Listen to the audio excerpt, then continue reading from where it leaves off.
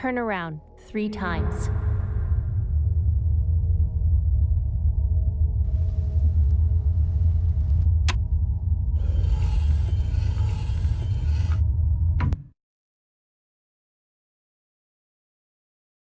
Start shooting.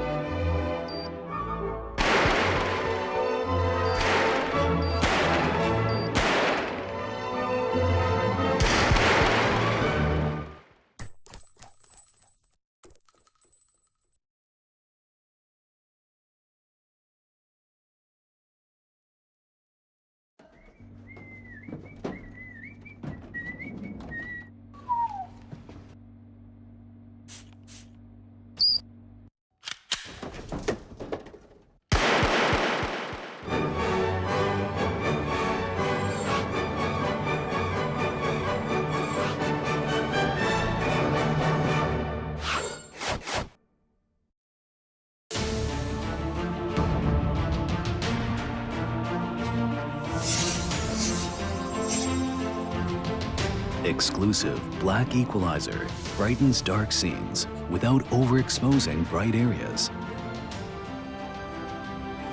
Use the S switch to quickly access the setting and switch between save modes.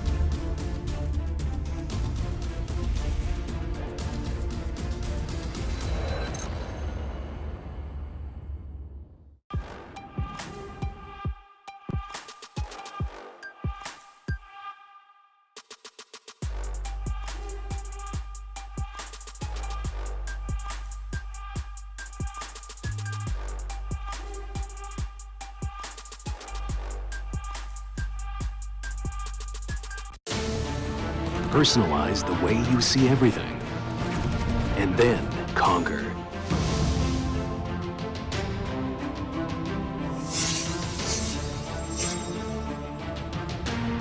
Exclusive black equalizer brightens dark scenes without overexposing bright areas. Use the S switch to quickly access the setting and switch between save modes. Adjust the angle effortlessly for maximum comfort.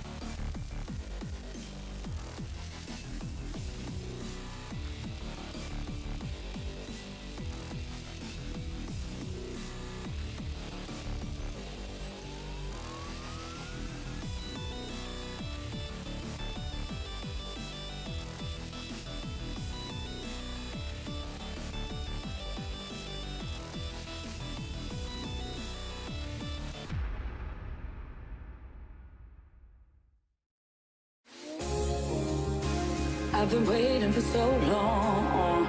Now those feelings are so gone. I don't care what else goes on.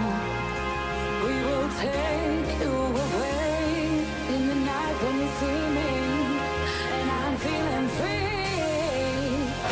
Leave me to play. We bring the heat, we bring the fire, we bring the dirt, we'll take you higher. We bring the heat, we bring the fire, we bring the dirt, we'll take you higher. We bring the heat, we bring the fire, we bring the dirt, we'll take you higher. We feel the place, with our desire, face splitting, bass driven, gunfire.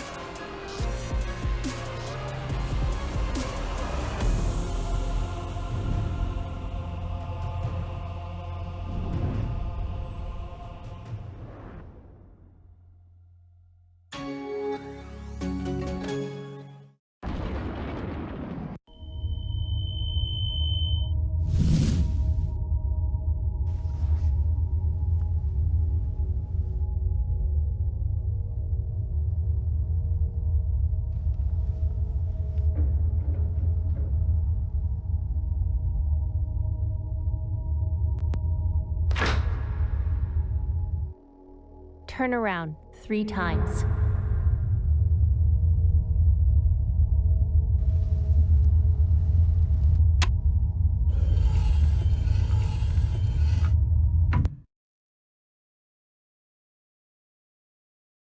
Start shooting.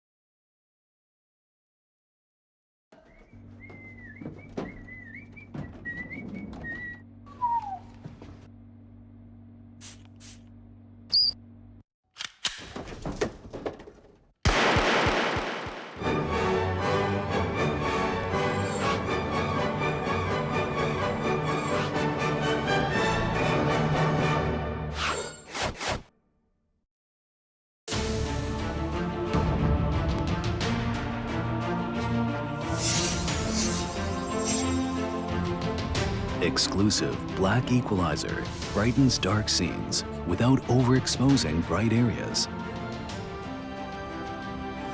Use the S switch to quickly access the setting and switch between save modes.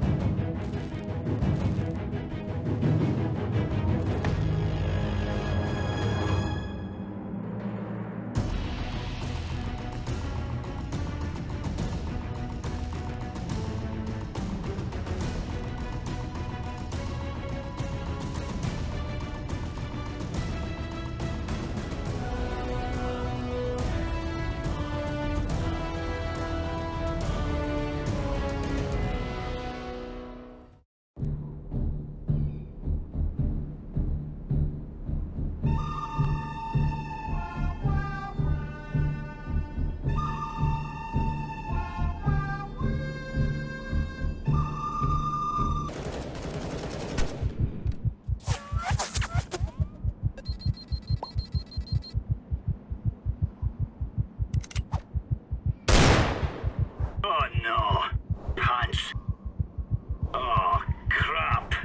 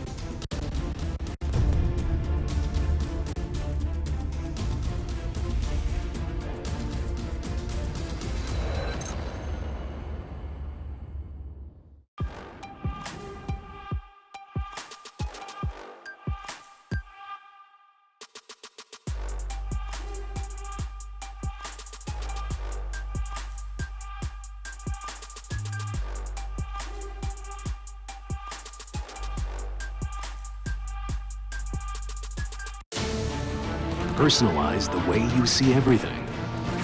And then conquer.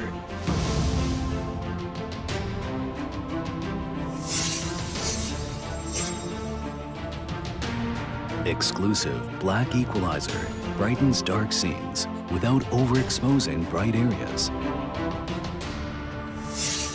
Use the S switch to quickly access the setting and switch between save modes. Adjust the angle effortlessly for maximum comfort. All right, everybody, good evening and welcome to the Day 8 live stream of the ESL India Premiership 2017's Summer Season Phase 2. Everybody joining us on the Facebook page of ESL India and the YouTube gaming channel of ESL India Premiership. Welcome one, welcome all. You joined us just about at the right time because we are going to begin with all the three games, Clash Royale, Dota 2 and Counter-Strike Global Offensive, one by one, as and when they happen. And starting off the entire hullabaloo is going to be Clash Royale. And let me remind you people that this year's edition of the ESL India Premiership 2017 has been brought to you by Omen by HP, HyperX and Zawiwa BenQ. Of course, this has been organized by Nodwin Gaming, and for those who are wondering who I am, my name is Wagish Godslebhan and I'm the guy who takes you through the games one by one as and when they happen. So quickly, without wasting any more time, let me also take this opportunity to tell you guys how you can be a part of the ESL India Premiership 2017. See, we've already done with the Phase 1, the Phase 1 playoffs are also done. We are right now literally at the halfway mark when it comes to Phase 2, which is the ongoing scene right now in the summer season. Now Phase 3 is the last phase remaining, post which we'll have the grand land finale in Mumbai for the summer season. Now for those who are wondering how they can be a part of it, well, it's a pretty simple process. You will see a link on the screen right about now, and all you gotta do is follow the link and go onto the page it takes you to and register for the games you want to participate in, and then boom, you're a part of the ESL India Premiership 2017 summer season. It's as simple as that. And for the people who are wondering how this particular ESL India Premiership for this year pans out, it's a pretty simple process. You see, unlike last year where we had just one challenger, two challenger and a masters, this time around we made things simpler. We've broken it out for like 3 seasons around. We have summer season going on right about now, after which we'll have the fall season, post which we will have the winter season. Now each season has its own phases for all the 3 games which run simultaneously. That is Clash Royale, we have Dota 2 and then we have Counter-Strike Global Offensive. Now each season has 3 phases wherein you can become a part of the ESL India Premiership by registering duly with the registration link we provide to you, as you could see on the screen right about now. And then once when you go up using the promotion relegation system, you can rank up and get your space there in the Masters League, because that's where the big boys play and hang out. Trust me, it gets tough after a point of time. We've seen a couple of those examples in the past few days when a lot of people who got promoted from the Challenger League into the Masters League had a tough time breaking even. So right now we're going to have the best of 5 Clash Royale between 2 very amazing people. But before we go ahead, let's quickly take a look at the standings of the Masters League table of Clash Royale.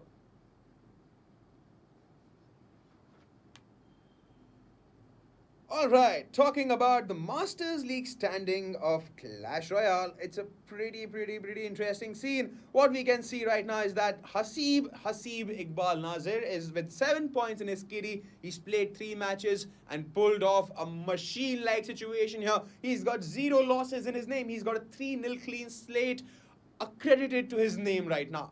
Now, Jimit Bhatt follows him with 6 points in his kitty. He's played 3 matches, out of which he's got only 1 registered loss. Whereas Mrinmoy Lakhar, our champion from Masters 2016 and the champion from the India Gaming Show earlier this year, has had a pretty rough patch this time around, because he's played 4 matches. He's won 2 of them and lost the other 2. So he's got 6 points in his kitty. Whereas Tahir Devil's Twin Sharif has 6 points in his kitty, and he literally is saying the same story when it comes to the standings, when it comes to Mrinmoy Lakhar. He's got 2 matches in his kitty as wins and 2 as losses. Now Prashant PP Pandey is a different story altogether, because he's secured 3 points. He's played 1 match and that 1 match was a victory. Maybe this is a turnaround for this guy, because unlike the Phase 1 where his turnabout wasn't really that great, maybe this time around he hopes to change his fortune. Now Ruben Dicunia, our guy from the Masters League right now, he's got 3 points in his kitty. He's played 3 matches, out of which 2 were losses, so he's got 3 points and he's standing at the 6th position. Now Vikram Asopa stands in the 7th position. Same story as Ruben Dicunia. He's played 3 matches, lost 2 of them and secured 3 points in the process. Now Deepak Mehudi Mehta has got 3 points, because out of the 5 matches he's played, he's lost 4 matches. Now he is in that danger zone where he may get relegated to the Challenger League, or maybe he may be able to save face and save his position in the Masters League when the playoffs happen, but that's for the playoffs right now. Let's quickly focus on to the games and at hand first. Now we have Jimit Bhatt versus Haseeb Nazir going to happen right about now on the live stream, while we have one amazing game happening between Prashant P.P. Pandey and Ruben Dicunia at 6:30 p.m. off stream. Whereas when it comes to Dota 2, we have Aggressive 5 facing off against Go Figure Red at 7 p.m. Whereas the Council are going to have a showdown versus Stand-In 5 in the off-stream match. Now Counter-Strike only has one game today that's going to be live stream. The crowd's favorite currently so far, Dare to Dream, is going to have a showdown against JMD Gaming. So we'll find out who's got the upper hand in these games. Now a little bit about the players having a showdown in this game of Clash Royale, the best of 5 of Clash Royale. Let's quickly figure out who these guys are. Now Jimit Bhatt is based out of Mumbai. He was the top participant in the summer season Phase 1 Challenger League. No wonder he's a part of the Masters League now. And he got promoted at the end of the playoffs, where he secured his position, and he now stands at the 4th position in the summer season's Phase 2 Master League. Whereas his opponent, now his opponent has a different ball game altogether. He refuses to change decks. He refuses to vehemently flout all logic when it comes to how does he win every single game at the word go.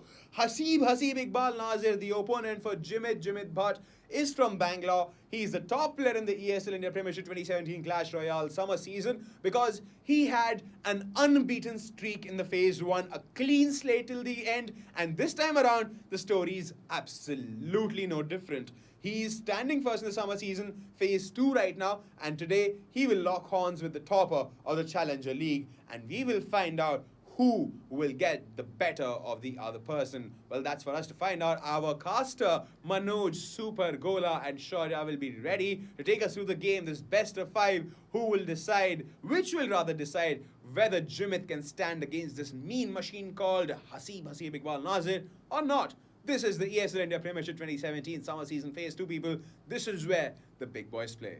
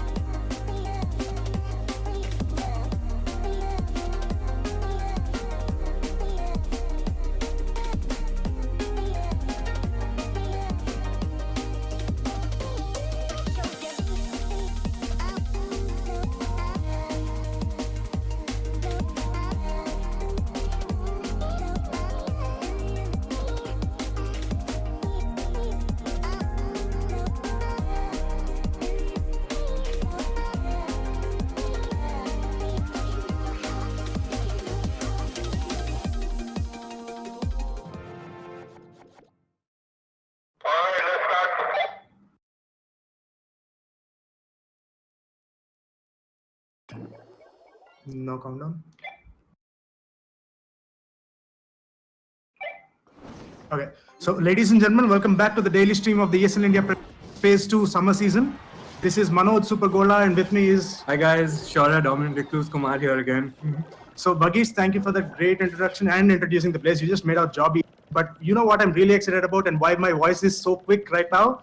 It's Haseeb versus Jimit. We all know what kind of a deck Haseeb is going to play. Oh wait, no, we don't. We don't know! Haseeb for the first time in the Masters history has played a lava hound instead of a golem. Wow, He's playing a loon deck. Haseeb just seems to be demolishing all expectations today. So again, Haseeb has maintained his streak of being undefeated and looks like he's taking that tower right now. Oh my god, that was an explosive start right there. So we did see the graveyard come out starting. Yeah, this is done. 1 minute 30 seconds. GG. What? This is some amazing Clash Royale, guys. Looks like Jimit, who was undefeated in the last challenger, expected Haseeb to keep using his golem deck, right? Who didn't expect Haseeb to keep using his golem deck? Even we were expecting it. We were like, we already had all our trash talk, written down. We planned it out today. But Haseeb just blowing expectations out of the water. And dude, how quick was that match? How fast was that? Yeah, I mean, Jimit had nothing to respond with. He played his graveyard. He's saying his standard Clash Royale. I'm going to play Hawk, graveyard, get some damage down. Haseeb was like, nope, no, that's not happening. Not today. Denied. Oh my god, just that Loon and Goblin Gang with the rage was enough to 3-crown Jimit. Haseeb didn't even look. He didn't stop to think. He saw his opening. You could see at the end right there, right? Jimit's spirit was crushed. He just let go. Jimit did not know what hit him. Haseeb, dude, he is like a hurricane. He comes, he hits, and he leaves destruction in his wake, it seems. He hasn't lost a single game yet. And with that showing on the opening game, I'm not expecting him to. Oh my god. I think Jimit is taking a moment just to happen today. The epic spanking that he received is just something that's... We really need to give Jimit some time to collect his thoughts. I think Jimit he wasn't even ready for the game, right? He went in like game 1. Who does that, dude? Have some mercy, Haseeb. And I'm gonna use my, special privilege to tell you what the players are talking about right now. So Jimit is like, where's your golem? Haseeb is like, surprise! Bro, even Jimit was like, what just happened? I don't think that if anybody has been watching, the ESL Clash Royale scene, you guys know that you just witnessed basically a unicorn, okay? Yes. You just saw Haseeb play something that was not a golem. Not only did they just witness a unicorn, they witnessed a unicorn murdering a little midget. Absolutely, man. That was just... Oh my god. And I guess Jimit just didn't have anything. A lightning, of course, wasn't enough. That would have left the Goblin Gang up. A log would have been good. It would be, at least have gotten rid of the Goblin Gang. The damage, it does stack up very easily. When you have 6 goblins going at it. I'm going to take a quick look at Jimit's deck. He had a P.E.K.K.A. That wasn't enough. He just got outdrafted. Jimit did have arrows though. I'm surprised we didn't see the arrows come out from Jimit. He had poison as well. I mean, Jimit did nothing, it seems. He just floundered. He just didn't know what he's seeing. He was just like, no golem. I think seeing the lava hound just threw him off completely. He just didn't know what to do. Because I mean, Haseeb did put down the elixir collector, right? Haseeb baited everyone today. He's like, yeah, I'm going to put down my elixir collector, and they are not going to know what it's going to hit them right now. Oh wow. God. So Haseeb, again, thank you for playing some different cards. Thank you. Okay, this is an awesome game, and we just did not expect this to happen. While yes, definitely thank you, Haseeb, to change your deck, but also at the same time, dude, you just threw us off our game too. We don't know what to talk about anymore. Well, I do. Yeah. So I want to take a moment to mention our amazing sponsors right there. Our title sponsor, Omen by HP, and also we have Zoe by BenQ and HyperX. Thank you guys for partnering with us, and we at Not Been Gaming are proud to bring this production to you every day at 6:30 without fail. So let's go back to talking about the game, because we are going into game 2. Haseeb is in the lead with a strong showing. He 3-crowned him, man, in 1.5 minutes. Well, we can only see, guess what's going to happen. Is he going back to the golem deck? Now it's just a mind game, right? That's all Haseeb's doing. Jimit has also, I think, changed his deck. He wasn't running in Elixir Collector last game. So both players are just chilling around, waiting for something to happen. So Haseeb does put down the... Okay, so Jimit is like, okay, fine. If you won't use a deck, I use my Golem deck. And Jimit has basically not got a very good answer right now. The minions do come out. Oh, the arrows were a little late by Haseeb, a little poorer showing as to what I expected, because, you know, even though we rag on Haseeb for playing the same deck, he does play it really well. I don't think anybody's going to contest. Okay, we do see the log come out now from Jimit, and this is going to be a very strong push. The minions, as well as the Mega Minion, are going to get the Golem, but not before he gets, you know, some damage off on the tower. Yeah, the tower is going to fall. The tower is going down. Yeah, the tower is going to fall, so that does give Jimit the early victory. Okay, so Jimit just turned the tables on Haseeb with his own deck. That is some amazing Clash Royale right here. But however, Haseeb has put down his second Elixir character. So has Jimit. So they both are basically mirroring each other, it seems, in the Elixir Collector department. But we have to see how this game is going to shake out, because Jimit, I guess, this time he tried to mind game Haseeb, right? And I think he correctly predicted that Haseeb is not going to change his deck, because that's what Haseeb does. Yeah, so it does seem that might actually be problematic for Haseeb, because I'm not sure that Haseeb is only running arrows basically, and if he doesn't cycle to his arrows fast enough, there isn't much he can do to sort of counteract Jimit's defense, right? Again, the balloon is only going to get one hit off. No, the tower's going down. The tower is at 18 HP. Yeah, the tower's gone. So, but we have to look at Haseeb's own crown tower, which is at 1,000. That golem basically just went unanswered, right? I mean, Haseeb was so focused on getting the tower that the Mega Minion was a little late, I think. They are both sitting at about the same elixir, although Jimit has a golem on the field. And Haseeb has a... Yeah, but dude, the Lava Hound's only 4 elixir. It does seem that Jimit has a elixir. Oh, sorry, yeah, the Lava Hound's also 7 elixir. Oh man, no, and the lightning. That just stops Haseeb's push right there. That rage was just wasted. And look at that, 2 baby dragons to back the golem up.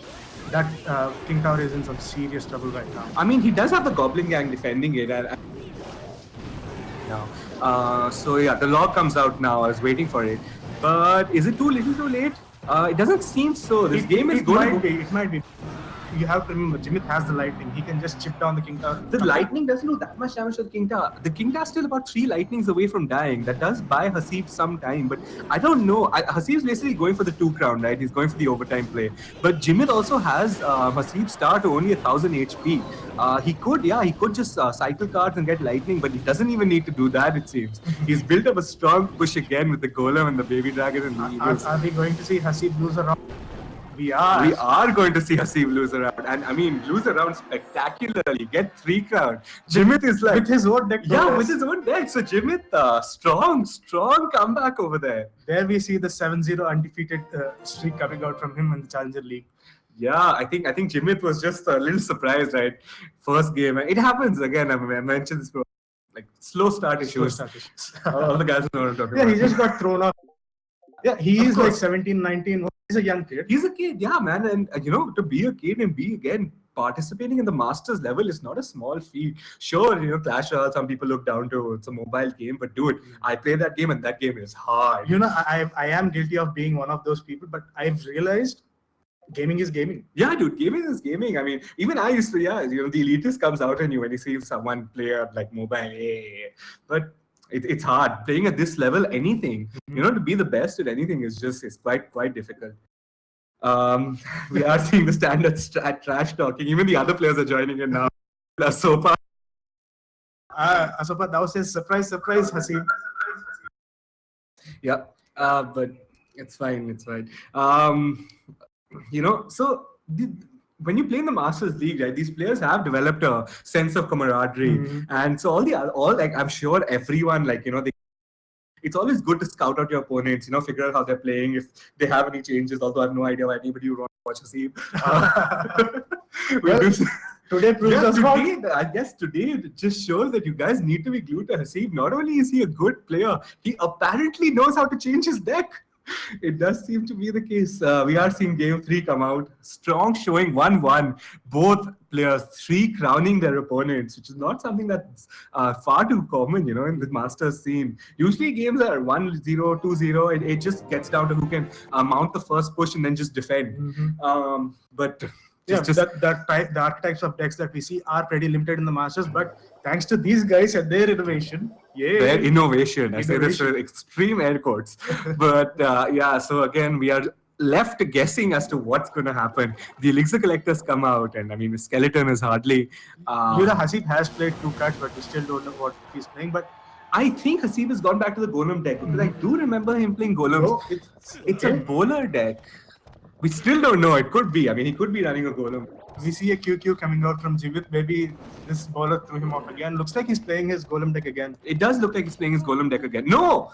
Okay, I know he definitely did not run this, the execution in his Golem No, deck. I'm talking about Jimit. Oh, yeah, Jimit. So, another thing is Jimit's Elixir Connector actually just went unanswered over there. I mean, it is going to get him so much value. So, from that, we can deduce that Haseeb doesn't have poison or a rocket or lightning. But, I mean, Haseeb needs to be running some AoE spell, right? I don't think a Tornado is quite enough in his deck. I think Haseeb just, he has it. He just didn't cycle. Yeah, that makes a lot more sense. He needs to be running a lightning because when you're mounting a big push, right, with the giant, that's what a beatdown deck does, right? You need something to counteract. It does seem like Jimit has not changed his deck. Jimit is he's like, what ain't broke, don't fix it, which Haseeb is basically the living embodiment of. We are seeing the push now. This is where Jimit's deck should be able to get a lead. He has full elixir. He'll be playing the baby dragon. He's going to be playing the Evis soon after this. As if I know Jimit. I think he's just waiting for a good lightning moment. Yeah, I think he's missed the good lightning moment. Getting the executioner as well as the giant. We can see the Evis. You need to step up on your skills goals. I'm sorry. But yeah, we see the Tornado come out now to sort of counteract Jimit's push because he had built a good push and he's gotten, the tower to about 800 HP. And I don't know why Jimit was sitting at 10 elixir for so long. He missed out on about a 2 elixir advantage right there. He plays the Elixir Collector, but that gets immediately lightning. answered by. That's fine. Okay, we see the lightning come on. We see the log. I think Haseeb might have been wanting to predict the troops, but I don't know why Haseeb would play the lightning, the log over there, because Jimit doesn't really have anything. He has a Skellies, but I think it's worth it waiting for the Skellies before you just waste a log on nothing.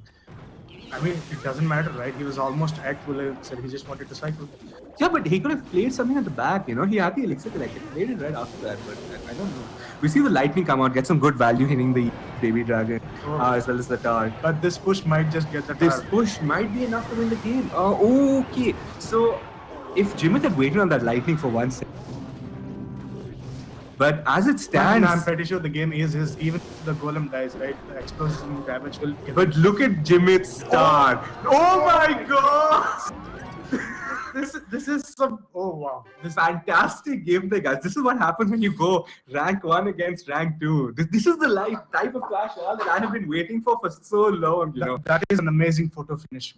That reminds me of exactly. You know what? Haseeb has done this before. If you remember, one game, the push was building up, and everyone thought that Haseeb might have lost. But now that comes tower, that tower was so low. Oh man, if Haseeb had played that log, that might have been enough to win the game actually. But just a little late on that one. Maybe a fraction of a second right there. Nanoseconds cost you Masters points. I mean, again, this is what I've been saying. Playing at this higher level is no joke. And this is exciting, man. If Jimit wins one more round, Haseeb's streak is over. This is the first. So Haseeb has gone undefeated since phase 1, guys. We are on day 8. We're on day. I forget. These matches are too exciting, man. Just wow. That's basically 3 weeks of Haseeb going without a loss. And if Jimit takes this one away, it'll be quite an upset because that does mean that Jimit comes to the top of the table with Haseeb. They'll have 9 points each. Yes. And technically, Jimit has beat Haseeb, so we can say Jimit is better than Haseeb. Yeah, we could. We only have some, I've been looking for someone to sort of back other than Haseeb, and Jimit might be the one. Going into game 3, guys, with Jimit in the game 4, guys, with Jimit in the lead 2-1. Can Haseeb pull something out of his bag of tricks as we've seen today? The thing is, So far, we've only seen 2 tricks come out of Haseeb. Well, those 2 tricks have been enough to get him till here, man. It Actually, does. 1 trick was enough to get him till here. That is true. That is true. It does seem that Jimit has changed his deck. I think Jimit's gone back to the deck he played in game 1. I think after that start, he's sort of realized that that deck might not have been bad. He just got caught off guard. So he just plays the graveyard in the center. Like, could you tell me the logic behind that? I have no idea. I think that was a misplay, or he just thought that might be enough to get the elixir collector. I honestly don't know what he was thinking over there, but it's fine. It's fine. It didn't cost him too much. Yeah, but he is in some real hot water. Haseeb has 2 elixir characters that are answered. Yeah, that is true. Okay, Haseeb has gone back. This is what we like to see. Yeah, so call this game in favor of Haseeb. What do you say? I'm not sure. Jimit has been playing really well. Even last game, it did seem like Haseeb might have taken it away, but Jimit had a strong showing in the end. Although, okay, so Jimit, I don't know if this is some epic mind play going on. Oh man, the E-Wiz is gonna wreck the Inferno Tower. Oh, this is bad news for Jimit. He doesn't quite have an answer now. The Inferno Tower. So the way the Inferno Tower works is, right, it ramps up damage quickly, and that's such a good counter to the Golem, because it can Golem to the Pekka to the giant. Yeah, basically any big card, right? But the E-Wiz, because of his mini stun, he resets that damage. And it does seem like you were right, and I might have to eat my words soon, because Haseeb does have 2 golems knocking down on Jimit's stars. Well, we are entering the last minute of game. And this is why Haseeb's deck shines. So if he's gotten you already, Jimit can quite make a comeback. Yeah, there is no hope. I see a 3-star game right now. It does seem to be that you're going to be right, Manoj.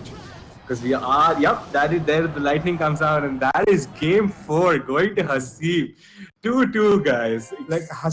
He sees Jimit beating him 2, and Haseeb just goes to his treasure chest, brings out Old Faithful, and says, "Screw you, man. I got this. This is my game." Yeah, that's what I think. Haseeb, he finally, maybe he just got annoyed, man. We have been telling him to do the deck. So he's like, fine, you know what? You guys think I can only play one deck? Screw you. I can win with any deck. Yes. And, but I guess he panicked a little bit. Anyone would. 2-1 is not a spot you want to be in. Yes. So well played, Jimit. Well played, Haseeb. These are some really exciting games. Thank you for listening to us, and thank you for making this exciting. And now we are so eagerly awaiting game 5. This is going to answer quite a few questions. It is. What do you think, though? What do you think Jimit was thinking when he went back to the deck from game 1? Do you think he thought that he's 2-1 so he can try that deck again? No, maybe he was just hoping Haseeb would stick to not using his golem deck. But I don't think that's the case here, because it's not like the deck Haseeb, but the Loon deck is particularly weak to the Graveyard deck. Not necessarily, but he did change into his executioner deck, right? No, Haseeb did, but even that deck, I'm not sure. I mean, Jimit did get wrecked. I'm not sure why he went back to that deck. But maybe, so I was talking about this earlier though. Graveyard is a card that's played high level a lot, because it's a very strong card. It's like Graveyard plus Poison. Yeah. Basically, you get like lots of chip damage off on the tower, and the poison is enough to kill ads. Going into game 5, guys, 2-2. We've seen strong showings from both Jimit and Haseeb. So who do you think is going to win this one? Let's see, guys. I'm going to tell you at 2 minutes 30 seconds. Because I want to see at least 2 more cards, right? Yeah, I mean, but still, come on. Aren't you a betting man? Where's your betting spirit? Okay, fine. Like, you know what? I'm gonna bet on Haseeb. That's cheating. No, I'm gonna bet on Haseeb. Oh. You gave me the opportunity. Haseeb does seem to be. I believe the baby dragon wasn't Loon or the executioner deck. See, there we go. The golem comes down and Haseeb wins the game. I don't think so. Haseeb, with a premature good luck, because he knows that this is the deck. This is my home ground. This is where you need to come and beat me. I own this place. You can't run a golem deck as well as I can. Nobody can. So I'm guessing Jimit does not have the Inferno Tower anymore because he sees Haseeb has used his approaches. Yeah, so I don't know if Jimit is holding on to Inferno Tower, because Jimit has not answered this goal very well yet. The baby dragon is not going to be enough, especially when it's been beaten down by another baby dragon and an E-Wiz. The lightning does come out. That's what I was waiting for. That tower's going down? That tower's falling, but it's... I see another golem coming down. Okay, so Jimit is in some real hot water. 2000 degrees centigrade hot water. Oddly specific is all I'm going to say to that. We see the law come out. The Skellies are going to get a good amount of damage off him. He'll get the tower down a little bit. That push is going to be stopped. 1500 HP on the tower at least. Yep. Will we see it go even lower? No, not much. That's fine. So we are entering the last minute. Now the only question is Haseeb going to be happy with this, or is he going to steamroll and 3-crown Jimit? I think Haseeb should actually. Okay, so Jimit is also With his own golem, okay. and we see the golem come out now. I don't know if that's going to be enough. It's too little, too late. I think. I don't know. The minions weren't enough. I mean, they got answered by the soon, and the skellies and the baby dragon are going to be really annoying for Jimit. I mean, the golem is not going to be enough to get the tower, but if he can get it to lightning range, then Jimit has a fighting chance, right? Yeah, we should see the lightning come out. It is in lightning range, but Jimit goes for the golem and he just leaves golem. Okay, he plays the minion, but the Evis is there. I really don't agree with this plan of action though, because that means the star is definitely going down. Yeah, that does, but yeah, I don't like this push by Jimit at all. I mean, he gets the tower, but was that worth it? Yeah, it was because let's see, 5, 4, 3, 2, 1, Haseeb wins.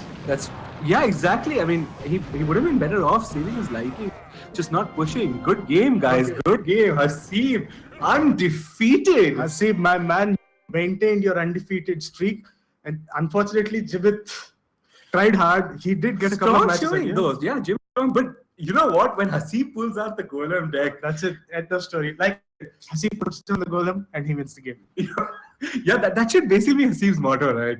I put down the golem and I win games. Step 1, golem. Step 2, win. That's it. Yeah, he doesn't even follow the standard step 4 plan, man. Be back to the drawing board. Strong showing game 2 and game 3, taking the games away from Haseeb and making it questionable. But we just see Haseeb with the 6-point lead, 12 points in front of Jimit. Is there any way anybody can catch up? I mean, Prashant PP is only in 1 game played, right? So he's the sort of guy who can get up there, but the thing is, Haseeb is going to keep winning. Haseeb, man, just at least make it exciting, man. Let us think that the others have a chance. Yeah, just throw them a bone. Yeah, sort of at least. I mean, like 1 game, man, have some mercy. He needs to go play on the global level. Oh, and those standings remind me of last Masters phase. Yeah, man, Haseeb at the top of the leaderboard once, not a single match lost. So these were some really, really exciting games. Thank you guys for watching. Thank you guys for staying with us. If you have any suggestions, please do write to us. Follow us on our YouTube channel. Just hit that subscribe button right now. Just do it. Like on Facebook too, guys. That helps out a lot. And that concludes Clash Royale for today. Haseeb taking the But do stay tuned. Do be online though. Like we have some amazing Dota 2 gameplay coming up. We have some CSGO action coming up. Having said that, our in-house host Vagish is gonna give you some more info about it. Bye-bye. Yes.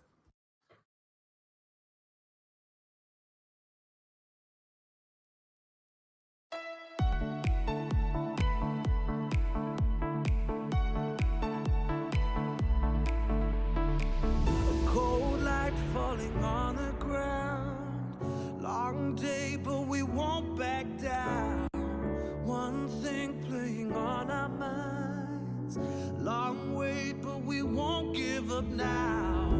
You crave the love I gave, and we'll do it again. A cold night getting warmer now. The ground shakes as our love gets loud. We are the champions of the night. We are the champions of the night. Yeah. We are the fighting type, the ones that burn so bright. We are the champions of the night.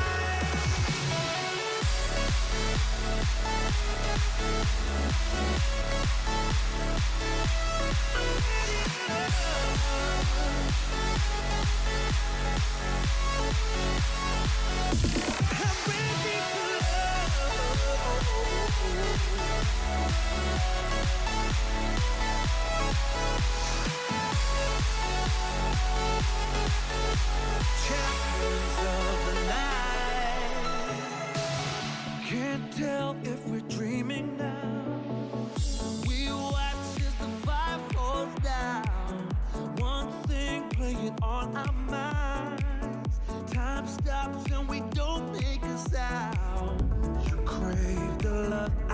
gave, and we'll do it again.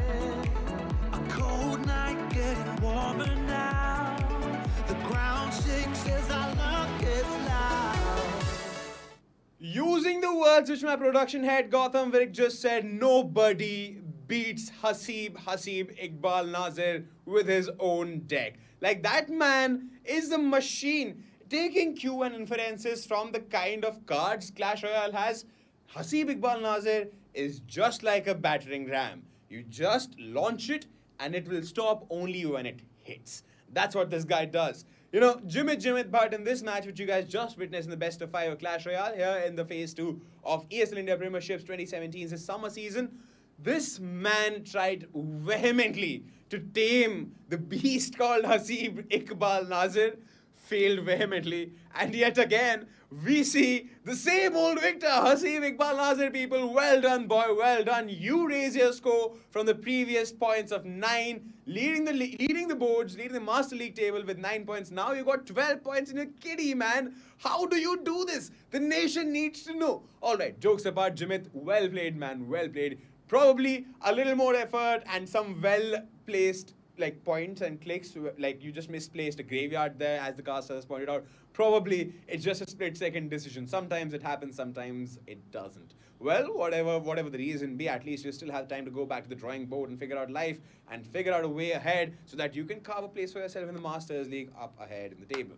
All right, people, everybody joining us here on the Facebook stream of ESL India and the YouTube gaming channel of ESL India Premiership. I welcome you all. My name is Wagish Gotslebhan, and this year's edition of ESL India Premiership 2017 has been brought to you by Omen by HP, HyperX, and Zowie by BenQ, and of course organized by Nordwind Gaming. So now we've gotten done with the tower defense of best of 5 of tower defense called Clash Royale. Now moving on to the second game we have in store for you, the 5v5 MOBA, people. We have Dota 2 lined up between two very interesting teams. One of them up from the Challenger League. They've been promoted up from the Challenger League. Now they're in the Masters League. And one of the other team, well, no further introductions other than the fact that they literally, if there was a word called aggress, they do so.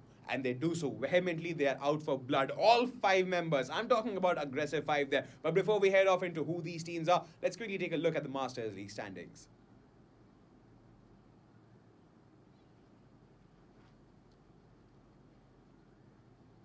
All right, talking about the Masters League standings right now. So go figure, Red, one of the how would I say, opponents, one of the players, the teams of the match. Well, they have 12 points in their kitty. They've played 4 matches and it's been a clean slate victory for them so far because all 4 of them have been victories for them. Whereas Aggressive 5 is 1 match short of being at the same position as them. They have 9 points in the kitty. They have played 3 matches. This is going to be their 4th match, whereas it's going to be the 5th match for Go Figure Red, and they are right now placed 2nd. Aggressive 5 is 2nd there with 9 points in the kitty. Now, Entity Gaming has the same story as Aggressive 5. They got 9 points, played 3 matches, all 3 of them wins. Now, Dota Council had a match yesterday, which you guys, I'm very sure everybody who's joining us would have witnessed this thing.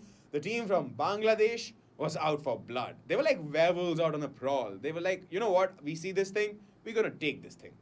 It's as simple as that. So Dota Council stands in the 4th position with 3 points in the kitty, 1 match down, and that to a victory. But now Team Buridza has a different story to say. They got promoted to the Masters League from the Challenger League, and they're having a tough time sustaining their scene here in the Masters League because they played 4 matches and 3 matches have been losses for them. They've only got 3 points out of the 1 match they won, and now they stand in the 5th position with such scores. Whereas Stand 5 has 3 points to their name, and the same story like Buridza. They have 4 matches to their name, out of which 3 were losses. Now, 4 Medical is yet to break even. Out of the 3 matches they played, all 3 of them were losses. So does 3C4DA. Both the teams are from Nepal. Now, 3C4DA has played 1 match more than 4 Miracle, and they lost all 4 matches. Considering the fact that this team was giving a hard time to all the opposition in the phase 1, this is a major flip side of the team. Both these teams from Nepal are right now in the lower rungs of the Master League, and we hope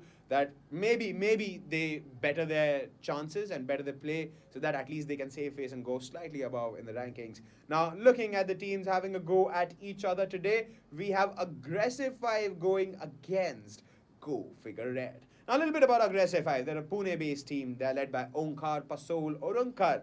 The team features many prolific names in the Indian Dota 2 scene, such as the former upcoming player award winner from the Premiership 2016, Dhwanit Negi Negi, followed by ex-Illunes player Prasad Bhattosai Nalavde and Shahbaz Pinkman Hussain from Hyderabad. Now, the team also boasts of talents such as Pedal Hauto Paddling Nagi, who you may know is one of the very few players to feature on the global Dota 2 leaderboards from our country. Now, they were placed second in the summer season phase 1 of the Master League rankings, and they are right now in a spot to claim victory and topple over the current first rank holders, because both of these teams, Go Figure Red and Aggressive 5, have clean slates right now. Somebody is gonna get their hands dirty. Somebody's gonna make their slate and their win streak look bad today. Today is the deciding day, because Go Figure Red, now this team is a Bangalore-based team, and they are led by Raghu Drake.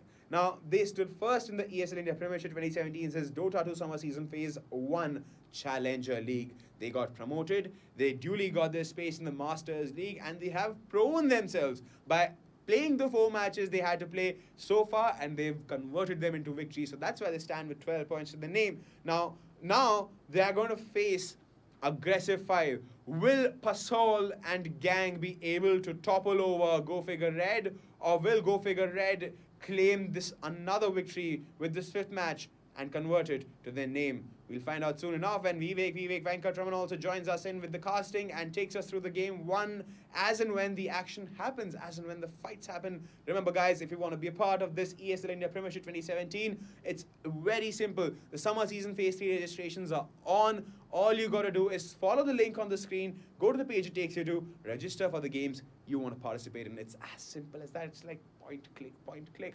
All right, without wasting any more time, let's quickly head on into the 5v5 MOBA Dota 2 for the ESL India Premiership 2017 Summer Season Phase 2.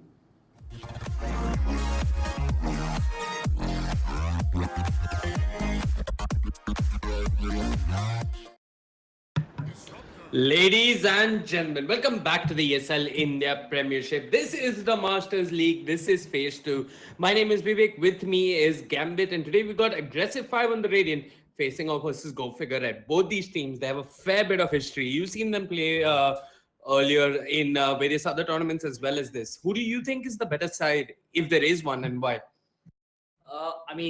History proves that it is Go Figure Red, but I honestly don't think that A5 are too far behind. I think it's a pretty even matchup, and both teams can take it depending on whose day it is. Okay. Also, these are we've only seen them play only in online tournaments. I would have to give a little bit of an edge to A5 on the LAN if it does come down to that. But for now, we have an online matchup: Go Figure Red versus Aggressive 5. Go Figure Red, they've already taken 2 BO3s versus A5. So they definitely are feeling more confident than A5. Right. But A5, they should have that feeling of revenge or a little bit of vengeance in their minds as they come into the match. They want to prove a point as well here, right? Right. Couple of things that I'd like to touch upon. I mean, there hasn't been so tight a rivalry between any 2 Indian teams since Beyond Infinity and Invisible Wings. It was always a close contest, and over time, Invisible Wings, they studied Beyond Infinity enough, and they did manage to take big tournaments away from them. Aggressive 5, as you pointed out, they lost 2 BO3s versus Go Figure, and it probably means that they figure them out as well. And they could end up winning this game. One thing that I have noticed is Aggressive 5 likes to hit these certain timings, this certain tempo in the early game and the mid game, from where they just continue to stomp and take down objectives. But if the game tends to go towards the late game, like anyway beyond the 30-minute mark, I've always seen Aggressive 5 seem to lose their composure. As the game goes longer and longer, their decision-making seems to go down a bit, and they rely too heavily on paddling to carry them through.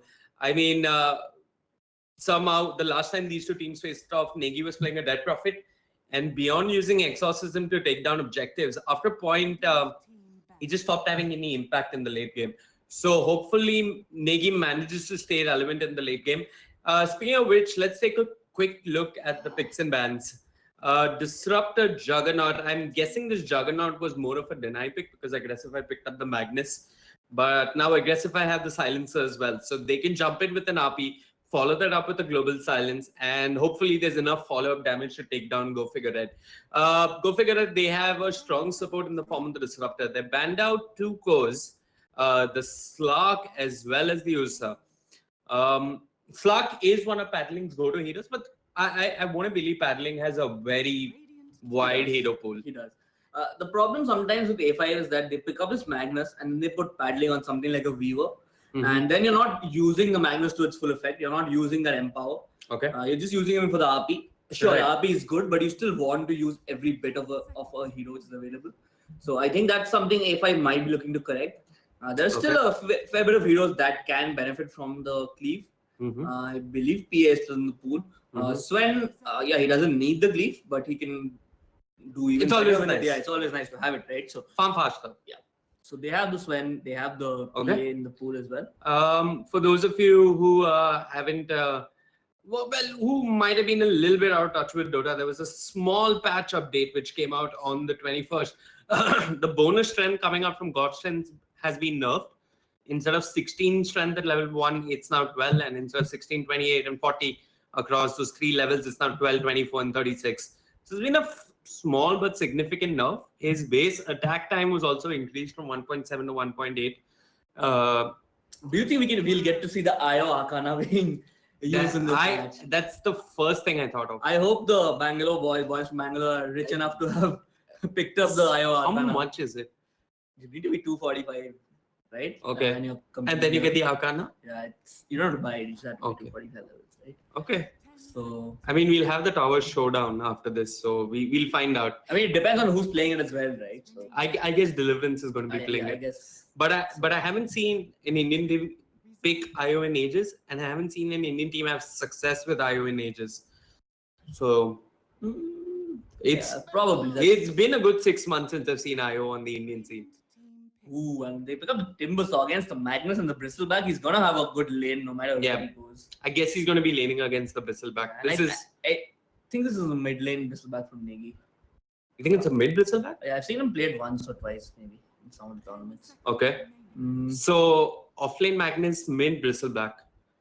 Still need that safe lane. Go figure, they have a very well-rounded lineup, honestly. IO, he works well with everyone. Juggernaut, not the best hero to go with the IO because especially when he spins, that tether does get broken and you can't. In the hustle bustle of the fight, you might just not be able to save him that point. But I mean, almost all the heroes pair well with IO here for aggressive 5. They had the hero, I would be really impressed, but they don't. Bristleback goes well with IO, so does Magnus. As the Slaughter, Silence is not bad if you have a fair bit of int. That attack speed does really come into play. But maybe I think some of the picks here have been deny picks from both teams, honestly. The Juggernaut being one, the Bristleback even being a deny pick, I believe, because it came out after the IO. So. Right. So deep mind games already. And they pick up the Slaughter for Pinkman. Go figure that, ban out the OD just in case Aggressify switch things up and force the Timbersaw to go up in the mid lane. Timbersaw is going to have a field day. There's a lot of right click coming out from Aggressive 5 and Timbersaw is so great against that. And Corrosive Haze kind of helps versus the Timbersaw. I've seen a lot of Bristlebacks build a Solar Crest. So you have some answers. No natural Silver Edge carrier just yet on the side of Aggressify. They'd like to pick one up, but Slark's been banned out. Magnus can build up one, but it's going to come pretty late. Yeah, it's going to take a while. Yeah, I think it's a good game for Timbersaw. I mean, no matter who the carries you pick up on, it's not going to be one with a It's going to be a paddling Bristleback then. They're still very reliant on the right clicks here. A lot of minus armor with the Slaughter and the TA, but still, it's a very right click heavy build up, and Timbersaw does seem to excel against that sort of lineup here. So go figure that they're looking for something in the mid lane. A couple of Archmage's go-to heroes have been banned out. Go figure that shot themselves in the foot when they banned out the OD. The TA is being picked up by Aggressive 5. You don't have Nina, you don't have Invoker. So go figure that they're really wondering what could be the best pick here. You could do something like mid Viper, but I haven't seen anybody do that in ages. You could still run any of the other cores on the mid lane, right? You can even run the Timbersaw on the mid lane, especially with the IO backing up. Juggernaut Disruptor is a pretty self-reliant lane. against Magnus. I think with the IO backing you up, you can run anyone on the mid lane, honestly. Okay. They're going to go with the Ember Spirit. Yeah, it does well versus the TA, burns through Refraction with the Flame Guard and with an IO around and Bounty Rune spawning every couple of minutes. The mid lane should be fine for Go Figure. But if this Bristleback has the time of his life in his lane, it's going to be hard for even a Timbersaw to deal with him come mid game. I'm not a big fan of Bristleback in general. I still prefer Go Figure Red's lineup here. Okay. I have to give them a little bit of edge. They have a good mix of magic as well as right click. And with the IO on the Timbersaw, I think they should be able to power through and provide some amount of control for the Ember and the Juggernaut. I think this is also one of the games where on your Ember Spirit, you want to build a Yule Scepter just to deal with the global silence. Yeah, you probably will, but do you think it will be a rush? I think it'll be a helm into, not a helm, a veil into a veil. Even a Manta is fine, right? You generally do see Embers go for Manta sometimes against Silencer, or maybe it's a Yule. It depends on what Archmage. You could do Manta or Yules, but Yules seems to lend itself more to the current meta and the way Ember Spirit is played nowadays. At least I've seen Sumail go Yules over Manta. Yeah, I mean Manta is good in that sense that you can quickly shrug off the Slardar ultimate as well. Okay. You don't want to Yules and then wait for the crush to come in and stuff like that. So, hold on, Gambit. Here's the moment we've all been waiting for. It's just level 12. It's just level 12? Unfortunate. No one has a level 245. Damn, yeah. Deliverance, you disappointed us today. I believe it's Drake who's playing the IO as well. Because Disruptor is known to be... Drake plays Disruptor as well. Yeah, but I think I spotted out... Let's take a look. Drake on the IO here. Yeah, he's on the IO. Okay, we'll quickly run through the lineups. Okay, so it's Drake on the IO. 1 second. Yeah. Quickly run through the lineups. I'm going to start off with Aggressive 5. We've got Pasol on the Silencer, Pinkman playing the Slardar, Templar Assassin in the hands of Negi, stand-in question mark, which is, of course, paddling on the Bristleback, and that leaves us with FSD or Bartosai on the Magnus. Okay, for the side of Go Figure Red, we have Rampage, who's playing the Juggernaut. We have Snacksex, who's on the Timbersaw. We have Drake on the Wisp. We have Deliverance or Milky, as we know him, on Disruptor. And we have Archmage, who's going to be playing the mid lane Ember Spirit. Doesn't paddling, shouldn't he have an A5 before his name now? Or is he still in the stand-in? It kind of leads me to believe that they've subbed in someone for the game. No, it is paddling. Paddling just keeps changing his name up. Okay. So he's not locked into the team yet, probably. No. 24th is the last day, I believe, to lock down your teams. For what? For the next cycle. I mean, for the international tournaments, that is. I mean, it's not like Go Figure or A5 are getting an invite to the to the SEA qualifier, so it doesn't really matter so much. Okay. So both teams want to scout out the enemy lanes here. It looks like Paddling is doing an offlane of sorts, while we had Rampage, Deliverance, and Drake move into the enemy jungle, hope to run an aggressive trier. I'm not sure what's going on and who wants to dodge whom. It'll make a little bit of sense as the game progresses. I think there'll come a time when Magnus will just ditch the lane and walk into the jungle. He's got the Quelling Blade queued up as well. So I think they can kill him early on. Does he? Oh yeah, Deliverance has showed himself and we have a pause coming up from Archmage. And a reconnect. Okay, so wow, Pinkman is doing the old Entity Esports offlane move where No Chance would go to the offlane. I think A35 or Bocha was playing a support in that patch. Actually, it was Ogre as well. Yeah, so we'd see Vengeful Spirit and someone, I'm not sure who, I think Ogre, hide in this part of the trees and set up the offlane with a good gank. Yeah. It's something Pinkpin is trying to do. He's got the deep observer for it, so he does know what's up in the safe lane. But I don't think he can kill the Timbersaw. Level 1, I think you can. What is he calling out in the courier? Yeah, just bought a set of tangos and wanted to get a feel of his lane before committing to any more consumables.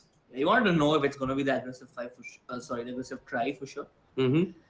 It is both sides running an aggressive try, which is something that sort of makes more sense. I mean, you want to protect the off lane or put him in the safe lane maybe, because it doesn't have a shrine to work with.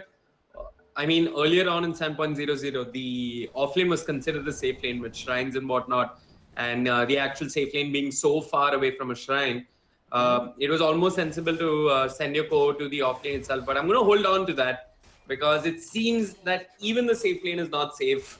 Drake and Deliverance teaming up to score a kill at level 1 on Bhatt's side. Yeah, that's the problem. He put a point into Shockwave just before the pause. He was holding on to a skill point, and he ends up going down. Meanwhile, Slada, can they find the revenge kill though?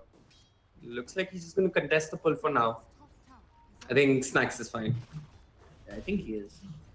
They could dive him if they. It's really risky to dive out. It's hard as well. Yeah, and you know that the IO was part of the first blood as well, so he might have a bottle and a TP ready at any time of the game. So not something he'll be looking to do that often. Oh yeah, it was first blood to the IO. So he's got his bottle coming up. He's hit level 2 as well. He's picked up the TP as well. So now all the other lanes know that they have to get quick kills. And Bristleback, not a hero who can get very fast kills. Right. Needs to And stack then- up that quill spray and then go. Absolutely. And Dimbusa is not someone who can fall down that easily as well. Yep. He's reasonably tanky. And he's up against 2 melees as well. So things are looking not so great for A5 in the early game. Okay. And I'm going to boil this down to the draft. I think Go Figure have the slightly better draft here. Yeah, I think the IO would really put a spanner in the works for that. The? For A5. The IO. Yep. Snacks 5 stacks of reactive armor. He's really pushing his luck here. He does have the sal. He's picked up the magic stick, so he should be fine versus all those constant quill sprays coming out. Passol trying to do his best, but he's just helping the Timbersaw regen up at this point. Meanwhile, mid lane, it's Archmage and Drake teaming up. A kill on Negi could be huge, but start off with the chains. Negi's got the meld. Yeah, he's fine. Yeah, but again, it's Bartosai who's suffering on the bot lane. I mean, they killed him once, and now they're just letting him catch up. I guess he should do fine. He has a point in skewer, and he's got the shockwave as well. So he should be fine. I mean, the thing is, they have a little bit more kill potential than the top lane here from aggressive side. Mid lane, Archmage, he's jumped in. Negi dropping low. The refraction kicks in, but it's too late. This IO, no Arcana, but still full of impact early on. And they do secure that kill on the Timbersaw. So Aggressive 5 are finding trades here, but maybe not the best ones. You don't want Negi going down early on. And I mean, he's not doing too bad. He's sitting at 15 CS. He has 2 more denies to his name compared to Archmage. But there's nothing stopping Archmage and the Wisp from teaming up and doing this all over again. Yeah, and I like what he's doing. He's maxing up the meld because he knows refraction is not of much use in this lane. So he just wants to. So he's playing aggressive. Yeah, he's trying to keep Archmage as low as possible to prevent him from actually ever being online enough to come and try and harass him. Yeah. Even the early Blightstone pickup to just burn through Flame Guard a little easier.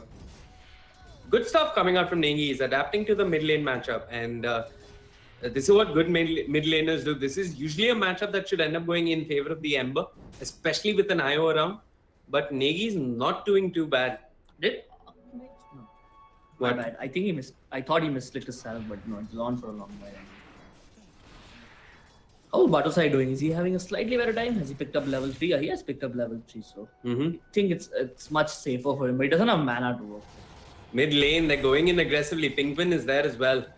It was a rotation coming up from aggressive 5, but then not getting any kills just there. Negi standing and fighting. He's got refraction, can pop it to run. He's caught in the chains. He's burning through all that refraction, and Archmage scores 1 kill. He's looking for more. And now with the help coming out from the IO, they end up scoring another kill. It was aggressive 5 trying to make a play in the mid lane, and they ended up losing 2.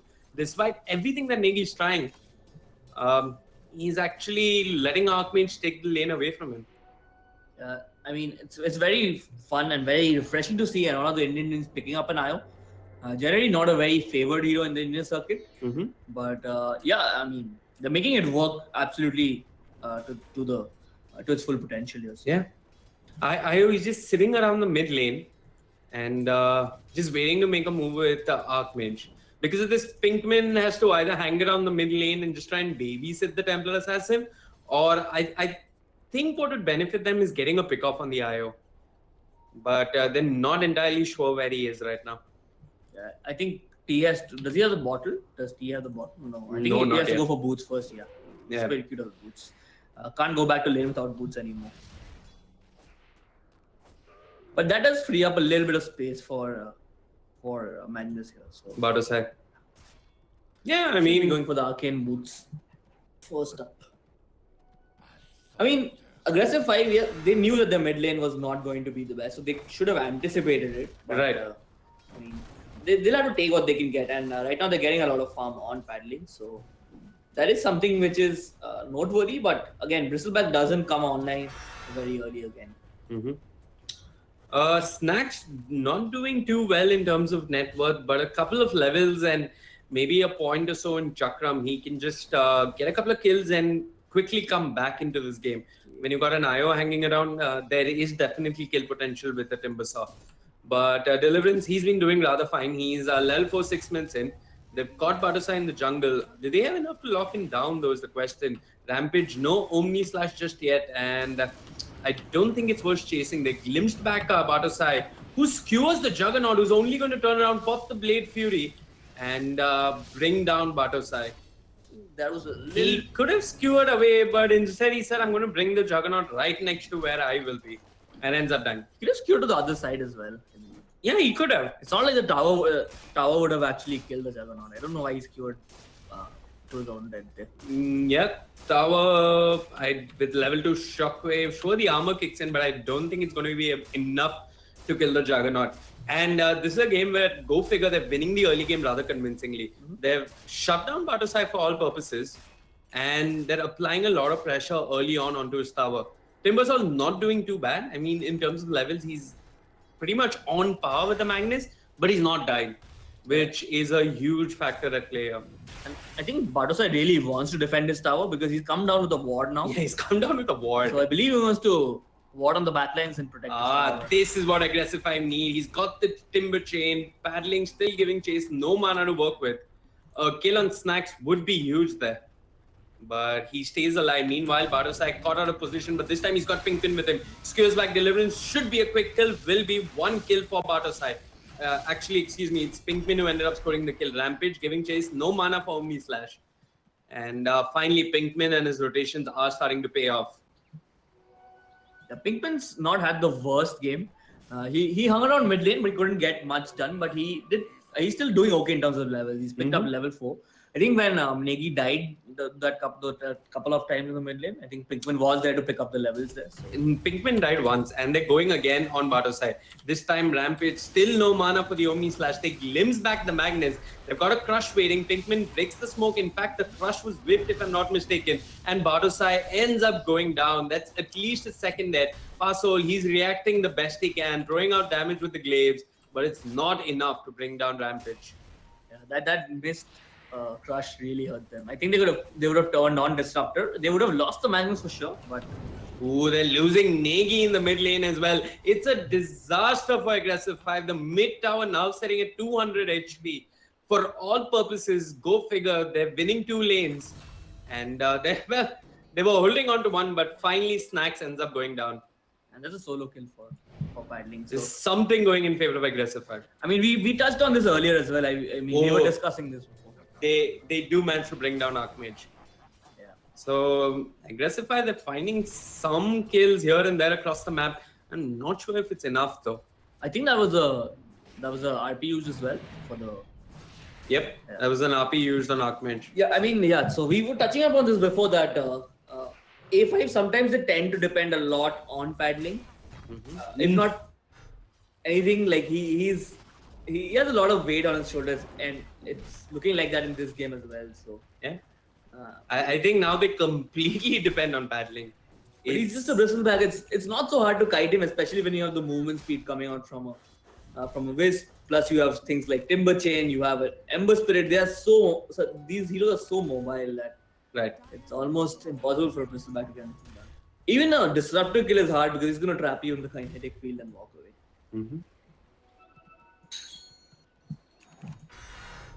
Meanwhile, Snacks, he's playing coy in this safe lane. He's got backup. Drake is there. with the tether. They want to kill on paddling. Archmage with the loop around. They find Pinkman. There should be a kill on Pinkman, who's not going to be getting a blink dagger anytime soon. They're giving chase. Bristlebank wants the IO, will get the IO. The Hadouken creep joins the party.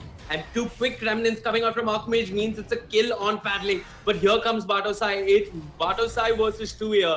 But that Chakram coming up from Snacks, just making sure that Bartosai cannot give chase. And in fact, this could be a kill. They've got the glimpse on Bartosai. No static storm just yet. In fact, they do have it. Deliverance, he's holding on to it. Wants to bring him down with a Thunder Strike. But Pinkman comes to the rescue.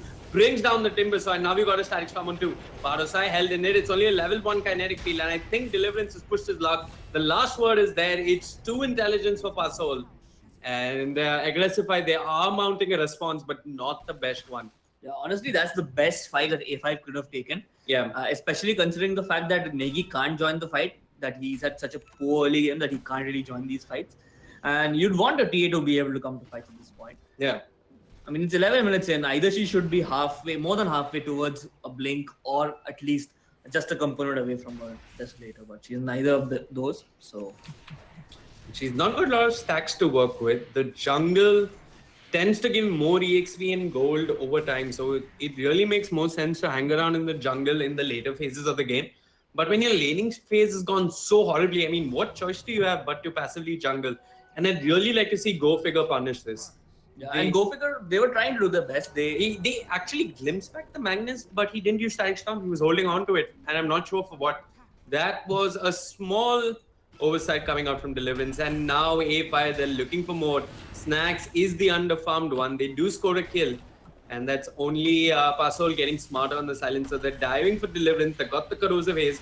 The kinetic field holds back the team. There's no response coming out from Go Figure, and Deliverance might just end up going down. He's cornered. And it's Negi who gets a double kill. So he is finding some farm. While Go Figure, they're trying to take down objectives across the map. They're losing the Timbersaw and the Disruptor, one of the most farmed heroes. But I think Aggressive 5, any gold is much welcome at this point for them. I think they pulled back a decent amount. Sure, the TA is not at par with the other heroes, but I believe the rest of the heroes are. And TA is in a world of pain now. It's Snacks who finds a quick kill on the TA. And this is one back and forth game of Dota. And that was such a costly kill from Negi as well. He had been just on the road to a comeback, but again. They have the Omni Slash. Not sure if they have the damage. Snacks use the Timber Chain aggressively. The creeps are there along with paddling, and he's got the Vanguard, so I'm pretty sure he's fine. He's got the Vanguard as well as a is that a hood? No, cloak. That's just a cloak. Casual Blightstone as well might be looking into the Solar Crest just to deal with the Timbersaw. It's not that well farmed really, and has ended up falling a couple of times. Yeah, and now they do have RP, so I mean, there's no reason for Go Figure to get too aggressive just because they have the IO. They still have a lot of potential to grow on the Ember Spirit, so they ideally want 1 or 2 more items before they actually want to fight. Okay. You think wait for another 1 or 2 items? Yeah, I mean, he went for the BOT first, right? So right. You don't really want I think I'd like to see Snacks get a little farmed before they fight. It's 14 minutes. He's just sitting with an Arcane Boot while Bartosai is making decent progress towards his Blink. So Bartosai is going to have some impact in fights with that Blink. I'm not yet seeing what Snacks is going to be bringing to the table. He's neither tanky, nor does he have enough levels to output a lot of pure damage. Bartosai is level 10. So despite the deaths, Bartosai is not doing that bad actually. Yeah, I mean, his lane was hard, but I mean, being a Magnus, you can always do farm the jungle, and he's done that. But again, that's come at the cost of TA not having that jungle to farm in. And yeah, TA is really suffering. They need to spike TA back up a little bit. Yeah, no stacks. Yeah, give him what Miracle managed to do. What did Miracle manage? I think it was a Kiev major. I believe where he had that insane comeback with TA. He died like 6 times. Well, Aggressive 5, they're trying to make comebacks happen. They did TP in to defend the tower. They got the corrosive haze on the Juggernaut, who's already committed the Omni Slash. And IO out of position is tempting, but not enough lockdown just yet. What was his comeback at KFM? I believe he was down 6-0. He got shut down very early on the lane, and then he Well, the lane's over, but they're trying to shut down the Bristleback. The global silence comes out with an arcane curse on 5. Static Storm onto Negi. Timber Chain from the Timbersaw trying to run away. Deliverance already brought down, courtesy Pinkman and Bristleback. And now they're trying to bring down the Juggernaut, who just gets the hell out of there in the nick of time. You were saying, what can a Bristleback do? I guess he's doing well enough right now. Yeah, he's absolutely carrying his team on his shoulder. The rest of them are just a supporting cast. They're good for the silences, they're good for holding people down. I mean, at least Pinkman is. But the bulk of the damage is being done by that quill spray damage. Because Negi isn't contributing a lot, honestly. This is also, worryingly enough, one of those games where the Timbersaw is starting to fall off, in my opinion. Yeah, he certainly is. And he's not going to go for Blastone, he's going for a straight up Yules. I mean, his laning phase was sort of okay. He tried to stay alive and not die, but he is kind of starved in terms of levels and farm in comparison to the Magnus. And an offlaner with a blink offers a whole lot more utility than a Timbersaw who has nothing to his name. With the Medallion, Blightstone, and even the Corrosive Haze, this should be a quick Roshan for aggressive 5. And look at this, the net worth chart, it swung back in their favor. They were 3,000 gold behind at one point, and now they're leading by 1,000. So Aggressify, they made some recovery. And look at that, Bartosai jumps in with the RP. It's onto Archmage, but where's the follow-up damage? It's not there. Archmage, I think he has a remnant to get out. He doesn't get, turns around with the chains. He's trying to bring them down, but it's Pinkman who runs in, almost got the crush off, but it doesn't matter. They lose the IO, and with the shockwave, they might just lose Deliverance. Aggressify, trying to get sweet revenge for what happened at the Corbex Gaming Indian Esports Championship. They're doing rather well here. 700 gold exchange. That was a good fight for Aggressify. They got Aegis, they got 2 quick kills. Yeah, they could have got the kill on the Ember, but both of them blinked in, and then the meld hit missed because he was cured all the way back. And the meld hit just was on a creep. Unfortunate that they couldn't get the kill on Ember, but it did turn into 2 quick kills on the supports. And the Static Storm was dropped as well. So just give them a bit of free space here. Negi held with the chains. He's got the Aegis, pops the refraction, turns to fight. Archmage forced to remnant out. Pinkman giving chase. He's got Paddling, who's making quick work of the Timbersaw, brings him down before he can even Timber Chain out of there. And once again, Aggressify. If they lose the Aegis, they get the kill on the Timbersaw. Can the Disruptor punish? He's glimpsed back Paddling. Rampage on the Juggernaut, walking ahead, but he's not got much HP. And Pinkman has a Blink Dagger, jumps in, brings down the Juggernaut, and looks like Negi wants more. He gets the kill on the IO. They're chasing Deliverance, but this is just greed. Archmage comes in, 3 quick remnants, brings down the Bristleback. And they do end up scoring 1 kill, but they lose so much more. Aggressify seem to be in firm control of this game. That was not a bad Aegis use as well, right? Yeah, it didn't last for a long time, but I think it was enough to bring back the tier a decent amount. At least he should have the farm to be able to jump the backlines right now. At least the Wisp. Wisp is completely food for TA. That has always been the case when these 2 heroes are against each other. So, yeah. Yeah, Wisp is food for TA, and now that you got a Slaughter as a Blink Dagger, the Timbersaw is also a very inviting hero to jump upon. I mean, only sitting with are a couple of Arcane Boots, a Windlace, as well as a Magic Wand. He is not that tanky anymore, and with a Solar Crest on the Bristleback, he goes down rather easily to all that physical damage.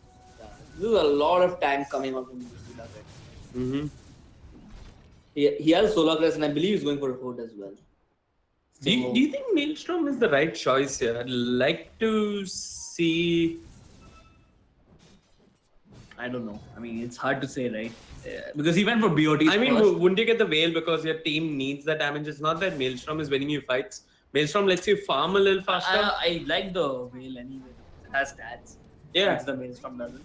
And you need that little bit of stat. Things like RP and the quill spray stat. Or even a Blade Veil wouldn't be too bad. You get ink, you get strength. And with the Flame Guard, it's pretty decent. I'm not sure. I think what he wants to do is probably try and cancel out some of the blinks. Maybe the Slaughter or the RP. But again, that's a very long shot. That is a long shot. I don't even think that's his thought process. And he needs something to deal with the global silence. So right now, you can lock him down with the Crush. A Lincoln Sphere isn't going to save you from that. You have nothing to deal with the RP. I mean, there's not much you can do to deal with the RP. You could maybe get a positioning item yourself.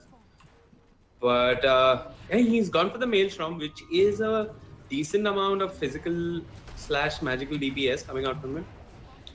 But I'm not sure if it's enough. Anyways, aggressive fight, they're knocking on high ground. They've got no ages to work with. A team fight here could be huge for Go Figure. Pinkman jumps in, jumps out. So they have vision of Archmage. Well, Go Figure, they pop the glyph, but look at this. Juggernaut and Wisp, they're trying to make a trade happen here.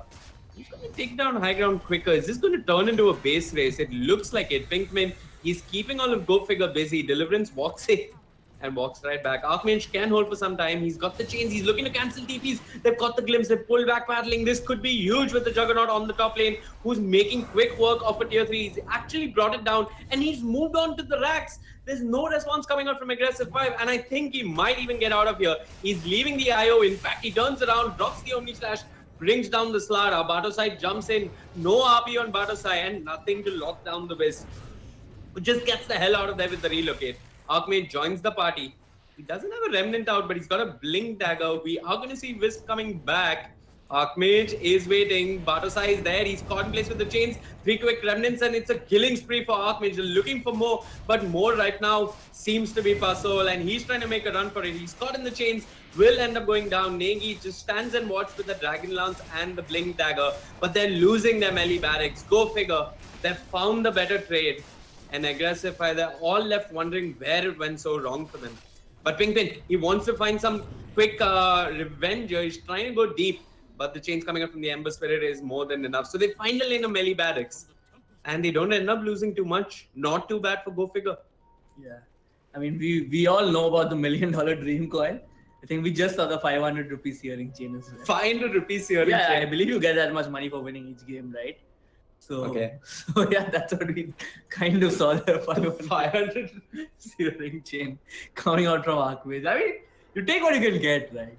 I'm going to boil it down to the 500 rupee relocate coming out from Drake, and the 500 rupee decision that said let's go and push stop, and the 150 gold melee barracks that came for them out of all of that. And very oddly, both the TA and the Bristleback started their TPs on the low ground for some reason. Why won't you come up the ramp and then start your TP is my question. Mm-hmm. Yeah, you're right. They were TPing here. Yeah, it seems pretty odd. Instead of TPing here. Yeah. And I think Bristleback, somebody applied a Glimmer Cape on him. Yeah, Silencer did apply the Glimmer Cape on him, but the Fate Time did allow Disruptor to glimpse him back. Mm-hmm. And then we had the chains, the 500 rupees hearing chains, which will get you a compendium or 3/4 of one. Yeah. But I don't think, I mean, they sure it was a big loss in terms of Raxes, but that doesn't count them out of the game. They were still looking pretty strong. And yeah, Bristleback is going with this BKB. And I think that should provide him a lot of free reign in this fight. He should be able to walk in and try and go on these supports, especially the Disruptor, because now there's no Static Storm or a Kinetic Field to hold him back. So. Juggernaut, he's got the Diffusal completed along with his Manta style. And look at this deep ward coming out from Go Figure. So they know what's going up in this top lane. They're attempting to split push again, paddling. He's had enough of this nonsense. He's just hanging around the mid lane. Pinkman jumps in. It's a crush on the Deliverance. That's no Static Storm for 30 seconds. He's got buyback. Is he going to commit it though? Paddling, giving chase, forcing Archmage to shrine up. While all of this is space for Negi to work on the tower with the Desolator. Snacks, he's got the use, it's on cooldown. Takes a whole lot of damage from paddling, but look at that paddling just going down to that Omni Slash.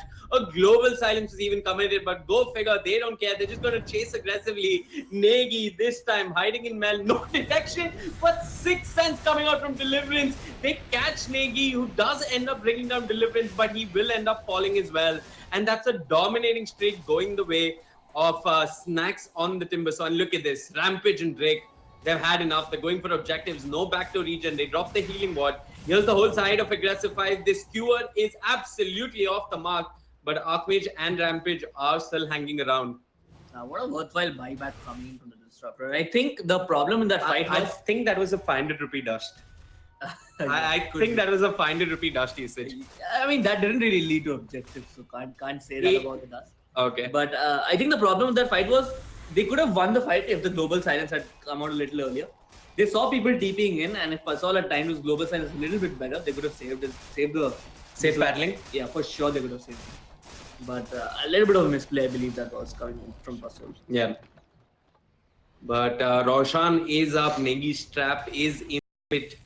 And looks like Negi wants to go for Roshan. There was this one ward from Go Figure which scouted that out. Pinkman, he's already jumped in. Are Go Figure going to contest, or are they going to split the map even more? Deliverance.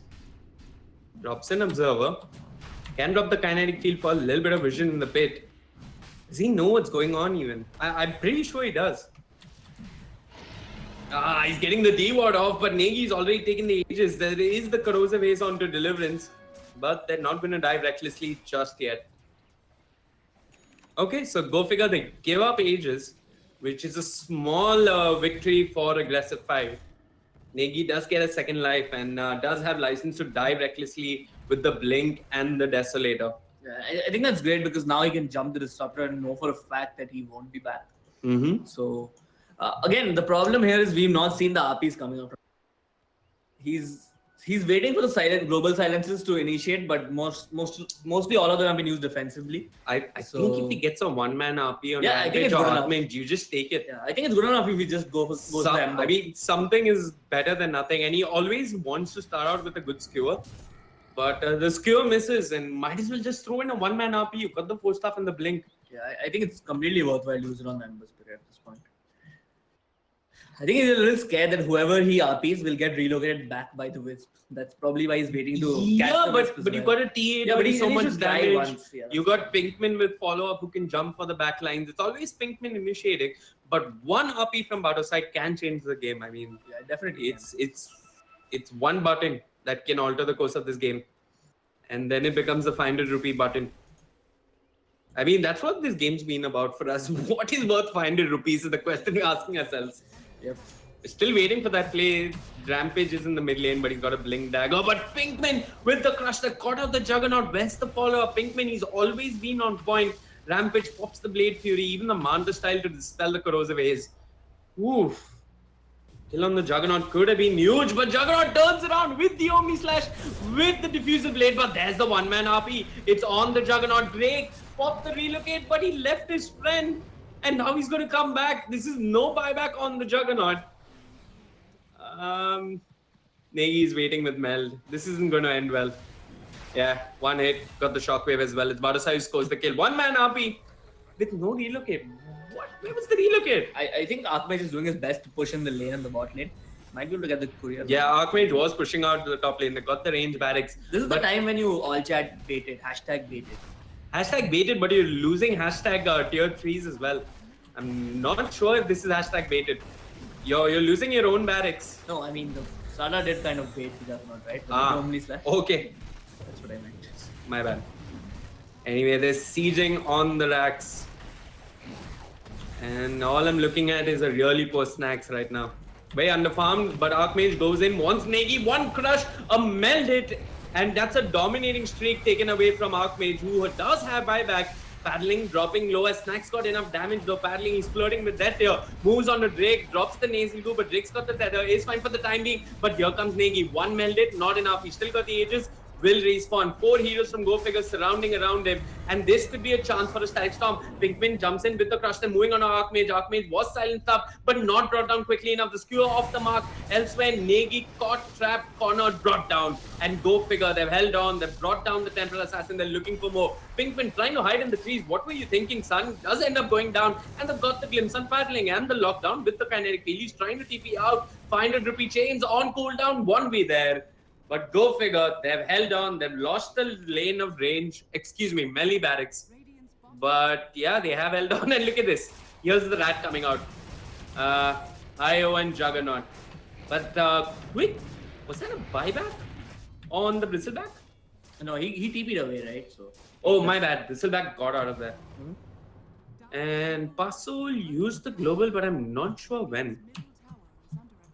No, he used it when after the ages expired, and the problem was they dropped the Static Storm on the ground where he was supposed to respawn, and then he dropped the global, so they couldn't really save Negi after the fight, after his respawn. I mean. Yeah, I mean, so Paddling was thinking of going in once Negi died and the Aegis was getting activated, but that was a smart move by Paddling. He probably knew if he went in, he would also be caught in the Static Storm.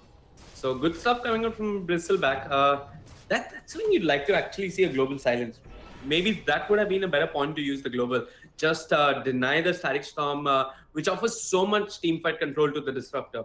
Yeah, I think he was waiting for the last moment as soon as Negi respawns to use the global, but they'd actually preemptively dropped the static storm and the chakram onto the ground. Onto Negi and Negi's grave.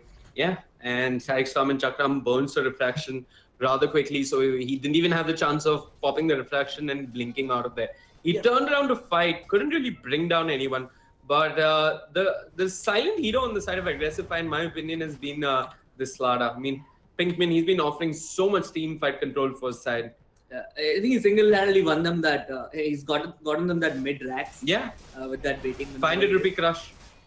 And the bait, 500 rupee bait. Anyway, it looks like he's looking for more. He's not happy with just 500 rupees and not going to find the Wisp. Drake has a instant walked over a side trap. They know where he is. Goes in, 2-man crush. It's on to 2. Where's the RP? It's not there. Drake pops the met. He's making a run for it. But Bhatt with the RP of his life finds the IO. Rampage turns around, pops the Omni Slash, but it's not doing too much. He quickly cancels it, blinks out of there, but he's got the corrosive haze. So they have vision, and Pinkman crush number 2 on point. What a beautiful way to start the fight. Slada and Bhatt teaming up together to make sure that Aggressify get 2 much needed kills. They got really lucky with that crush though. They didn't know that the Timbersaw was there. They didn't know that the Juggernaut was there. I think they just saw the IO and he jumped in on the trap. I believe the trap was much lower. This is a new trap. Which is okay, this one new trap. My bad. Yeah, the trap was much lower. And they spotted the IO, but again. Oh, Pinkman, is this another one of his genius pickoffs? It looks like it's not. Archmage has got a remnant, will zip out of there. He's building into the Manta style, so yeah, he needs that we might see a more physical, heavy Ember coming out. I'm just going to take a look at his talents. He's gone for the spell amplification, not the 25 damage, so it's a little bit of spell amp. The plus 6 stats I can agree with. Plus 10 armor, over 500 flame guard absorption. I see the reason for the armor when you're up against so much minus armor coming out from Aggressify, but I'm not sure if it's enough. Meanwhile, these two up to their split pushing nonsense. Every time they see a free lane, this is what they're up to. The trap is there. Drake is going to get back home. But the damage not done just yet. I mean, he was trying to bring down the tier 3. Is this the only way Go Figure win? By ratting with an IO and a Juggernaut? It's a very safe thing to do, right? Because you'll have to commit the RP, and then when the RP is not there, they're pretty much safe to do it. So they keep doing it, and it's gonna go for a while if this keeps on continuing, because A5 they're not so great at pushing the lanes. The Bristleback is not so great, honestly. The TA is not bad, but yeah, they're having a little bit of a hard time pushing on the lane. They're split all over the map. While it's much easier for them, for the side of Go Figure, to do it with the Ember and the IO. Yeah, they're better at splitting them across the map. Yeah. And because of this, Go Figure, they're waiting for the next Roshan. And Roshan may respawn in... Damn. Yeah, Roshan's going to respawn in 40 seconds, so that's clutch. But Pinkman, he's looking for one of those pickoffs. He is glimpsed back. And it looks like Aggressify, they've had enough. They're just going to group up, walk through the mid lane. Bhatt's got an Invis rune. Are there any sentries from Go Figure near their base? Wow. Bhatt's licensed to roam. Now a skewer wouldn't seem that bad, but even an RP on a Juggernaut is not a wasted effort.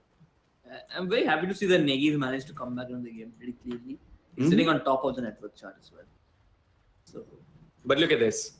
Archmage split pushing the top lane. But Aggressify, they had enough. This game is going to be a base race. It looks like that's the final decision coming out from them.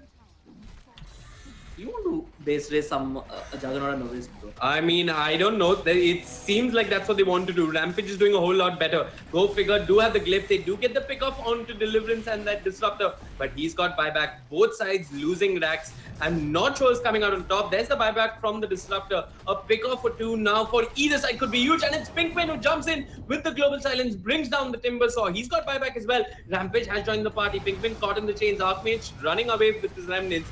Negi giving chase, he's got the BKB, they move the target, they won the Wisp, they will get it. And there's an RP, it's on the Juggernaut, they've lost the Juggernaut, who's holding on to buyback. Aggressify, they're still 5. They've not lost a single hero until now, and paddling, he's creating space. He wants snacks, he's keeping him busy. They've dropped the Static Storm as well as the Chakram on the Bristleback, but I'm not sure if it's going to be enough. Negi, he's going for tier 4s. What is the plan here for Go Figure? Are they going to try and rat some more? Or do they try and hold? I mean, Archmage, he's trying his best. He's got the Manta. Negi jumps in with the Melted. He's keeping both the Timbersaw and the Ember Spirit busy while they are moving on to the tier 4s. There is a tier 2 in the top lane, so they can't go for that lane of Rakshas yet. And they say, we've had enough, we'll go for the tier 4s. But he got Wisp respawning in 25. Pinkman, who's being caught out of position. Archmage still doesn't end up getting the kill. Got Juggernaut respawning in 20. I'm not sure if Aggressify are going to be able to do it. The Chakram doing some serious work on the Bristleback. The Timber Chain is there, bringing in a little bit of the pain, but battling, he's still alive. And now he gets glimpsed back with the Chakram. It's a kill for Snacks. And Aggressify, they've overstayed their welcome. Archmage looking for more pickoffs, but it looks like they'll get out of there. Snacks even TPs on the Shrine. I think that's a very close shave for Go Figure, because there was that tier 2 up, and which meant that Aggressive 5 couldn't get three lanes of Raxus. They tried to push the tier 4s on the throne, but they simply didn't have the damage to go with it. And now, without expending the Bristleback buyback, they can't even contest Roche, which is being done by... Oh, Snacks once again out of position, pops the Yules that will take away the Corrosive Haze, respawns, pops the Timber Chain. You got Drake coming in for some much needed backup. Bartosai with the skewer off the mark. Negi doesn't care, he wants to give chase, and he will bring down the IO with that melt hit. Archmage did hold Bartosai in place. The next contest for both teams is Roshan, and without an IO, I'm not sure how Go Figure can contest. You even got the Empower helping them take down Roshan rather quickly, and Bartosai's got a refresher. I'm not sure they're expecting an RP. Go Figure. They have to mount the best defense of their life now to hold on to their fountain. And to their throne. Pinkman, he's on the hunt for stragglers. Rampage out of position. He's already used the blink. Pinkman can't see him. Goes in aggressively. Wants Archmage. Will not get Archmage. I think it's a safer move to actually go down the top. Rampage playing with fires. Blink is on cooldown. Pops the Blade Fury and blinks out of there. But look at this. Paddling, he's moving on to the tier 4s. Wisp is going to respawn. Paddling, creating space there. Negi focusing on the throne. There's a crush from Pinkman. They're not caring about the Disruptor too much. They just want the throne. Archmage jumps in with the Flame Guard. There's nothing they can do. Negi's popped to BKB, brings down the Disruptor. The GG well played's being called, and Go Figure tap out. This time, Aggressive 5 IO victors. That was a pretty interesting game. That went very, very... the end was very quick, honestly. 2 lanes of Raxus down, A5 come back from that. So, pretty commendable stuff from them, honestly. Yeah, great stuff coming out from Aggressive 5. Go Figure. I mean, both sides had the advantage at different points of the game, but Aggressive 5, they focused on the objectives. They got Roshan 3 times, which helped them. Pinkman and Bartosai had more impact than the Timbersaw and the Disruptor. And in the end, all that teamfight control is what they needed to make sure that they got the objectives. They went for the objectives, they won the game, and Gambit, honestly, I think we have another great Indian rivalry on our hands. Yep. These two teams in action, and I can't wait to see what happens when Go Figure face off versus Entity. Anyway, that's it for the Dota broadcast for the day. My name is Vivek. With me is Gambit. We're from AFK Gaming. If you have any feedback, I'm at facebook.com/Vivek Gaming, and Gambit, he's not on the social media. But that's it for the day. But do not go anywhere. We've got some Counter-Strike coming up. And with Brutals beating Entity, I can't wait to see where the ESL Masters League is going with in terms of Counter-Strike as well. Adios, and off to our host, Wagish.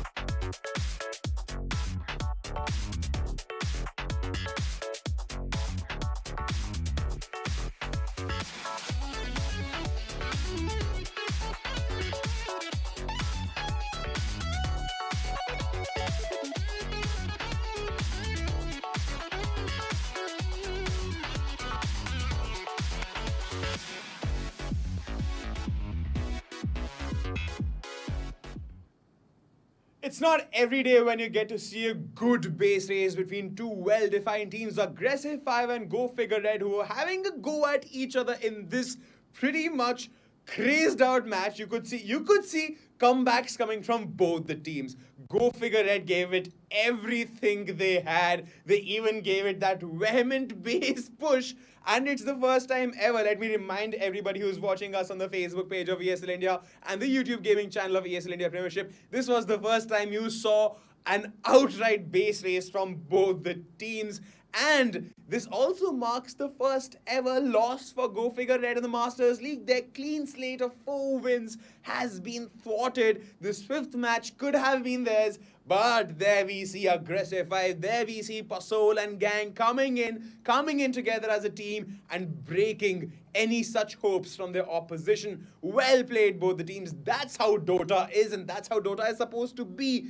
Excellent gameplay. My shout out to both the teams for some amazing showcase of talent and team play there. Well done. And for the losers here, for Go Figure Red, I'm really very sorry. You guys gave it everything you had, but maybe a couple of, how would I say, homework back home. We could go back to the drawing board and figure out where exactly you could have better gameplay. Can definitely aid you in your quest in the ESL India Premiership 2017 summer season phase 2. Now moving on, people, everybody joining us right about now. You just you guys failed to see this amazing match which was about which happened right about now. Aggressive 5 and Go Figure Red was happening. Dota 2 was happening. But now, for everybody joining us now, we have Counter-Strike Global Offensive happening between two amazing teams. One of them has been promoted from the Challenger League. They played exquisitely well. They got promoted during the playoffs. Now they have a chance in the Master League to make their presence felt, and they are facing a behemoth called Dare to Dream. But before we move off into who these teams are, actually, let's quickly take a look at the Masters League standings.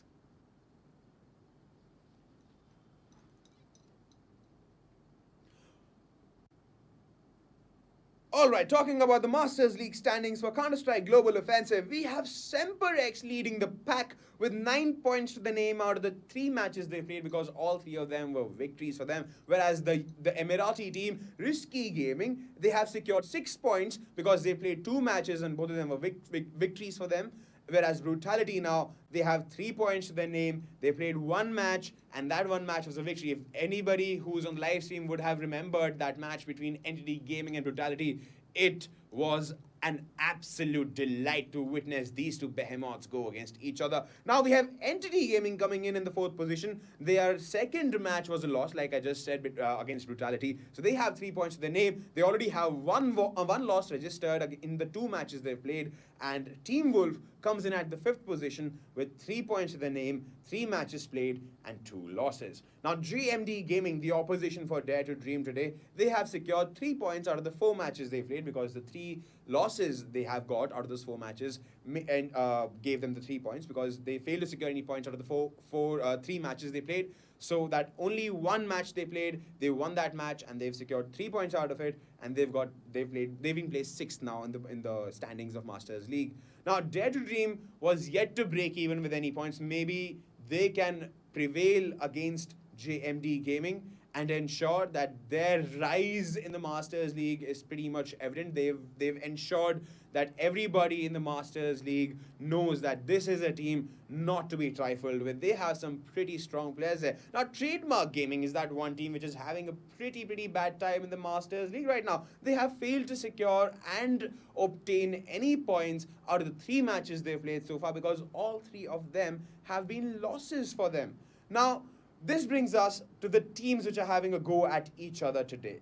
Now, Dare to Dream versus JMD Gaming is what is lined up here. A little bit about Dare to Dream is the fact that they are a Mumbai-based team. They have recently acquired a boot camp there, and they have already started preparing for the fall season of the ESL India Premiership because they have made a major roster change because Poker F Jitu, who was earlier a part of Dare to Dream, he's now no longer going to be a part of this team, and he's going to be replaced with Amit Rasu, who earlier used to be a part of Team Wolf.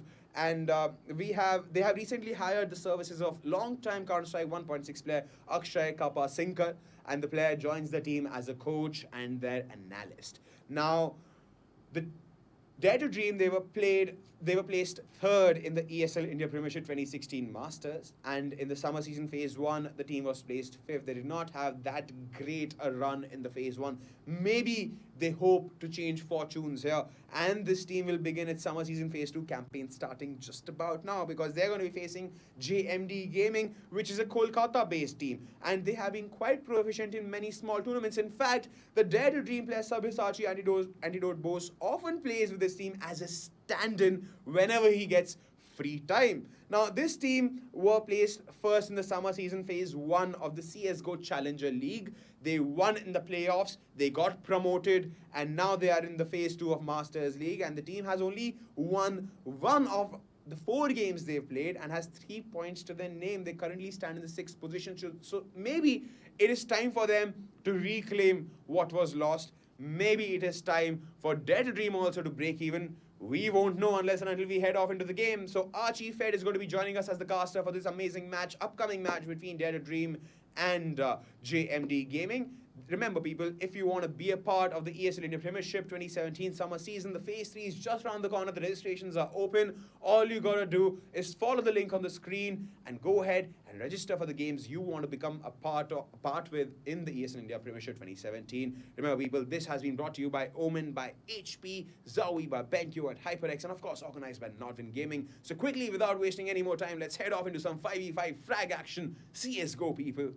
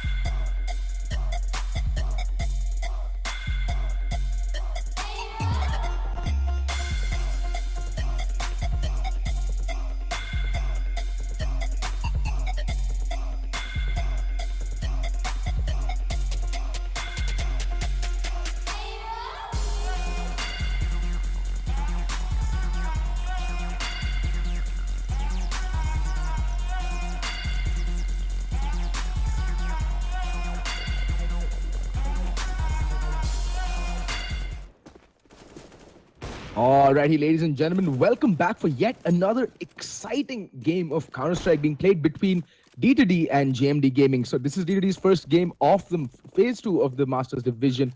And it's going to be interesting to see how they fare. They have been having somewhat of a torrid time with their lineups. PokerF recently retiring from professional Counter-Strike, and Amaterasu joining D2D's lineup as his replacement. Although today they will have to play with Kappa. Actually, they'll have to play out all 3 phases of the first ESL Summer Cup with Kappa, because that's the team that was registered, and Amaterasu hasn't registered as a team member. So they cannot really change their lineup mid-tournament. Those are the rules. So Kappa will have to continue, and he'll be taking on the coaching role post Amaterasu joining the lineup full time. So that's going to be an interesting switch up for D2D. Kappa has been around the scene forever, ever since 1.6, and he's a very well-known name and face in the Indian Counter-Strike scene. So it's going to be interesting to see what kind of plays and what kind of changes he makes to the team as he transitions over to a coaching role, more passive and more cerebral role for D2D. We already know D2D is a very cerebral team with their in-game leader, Hellranger, being one of the smartest and most, accomplished in-game leaders in the country. He is regarded as one of the best by most experts, and it looks like Hellranger is having mouse issues from what I can tell. Yeah.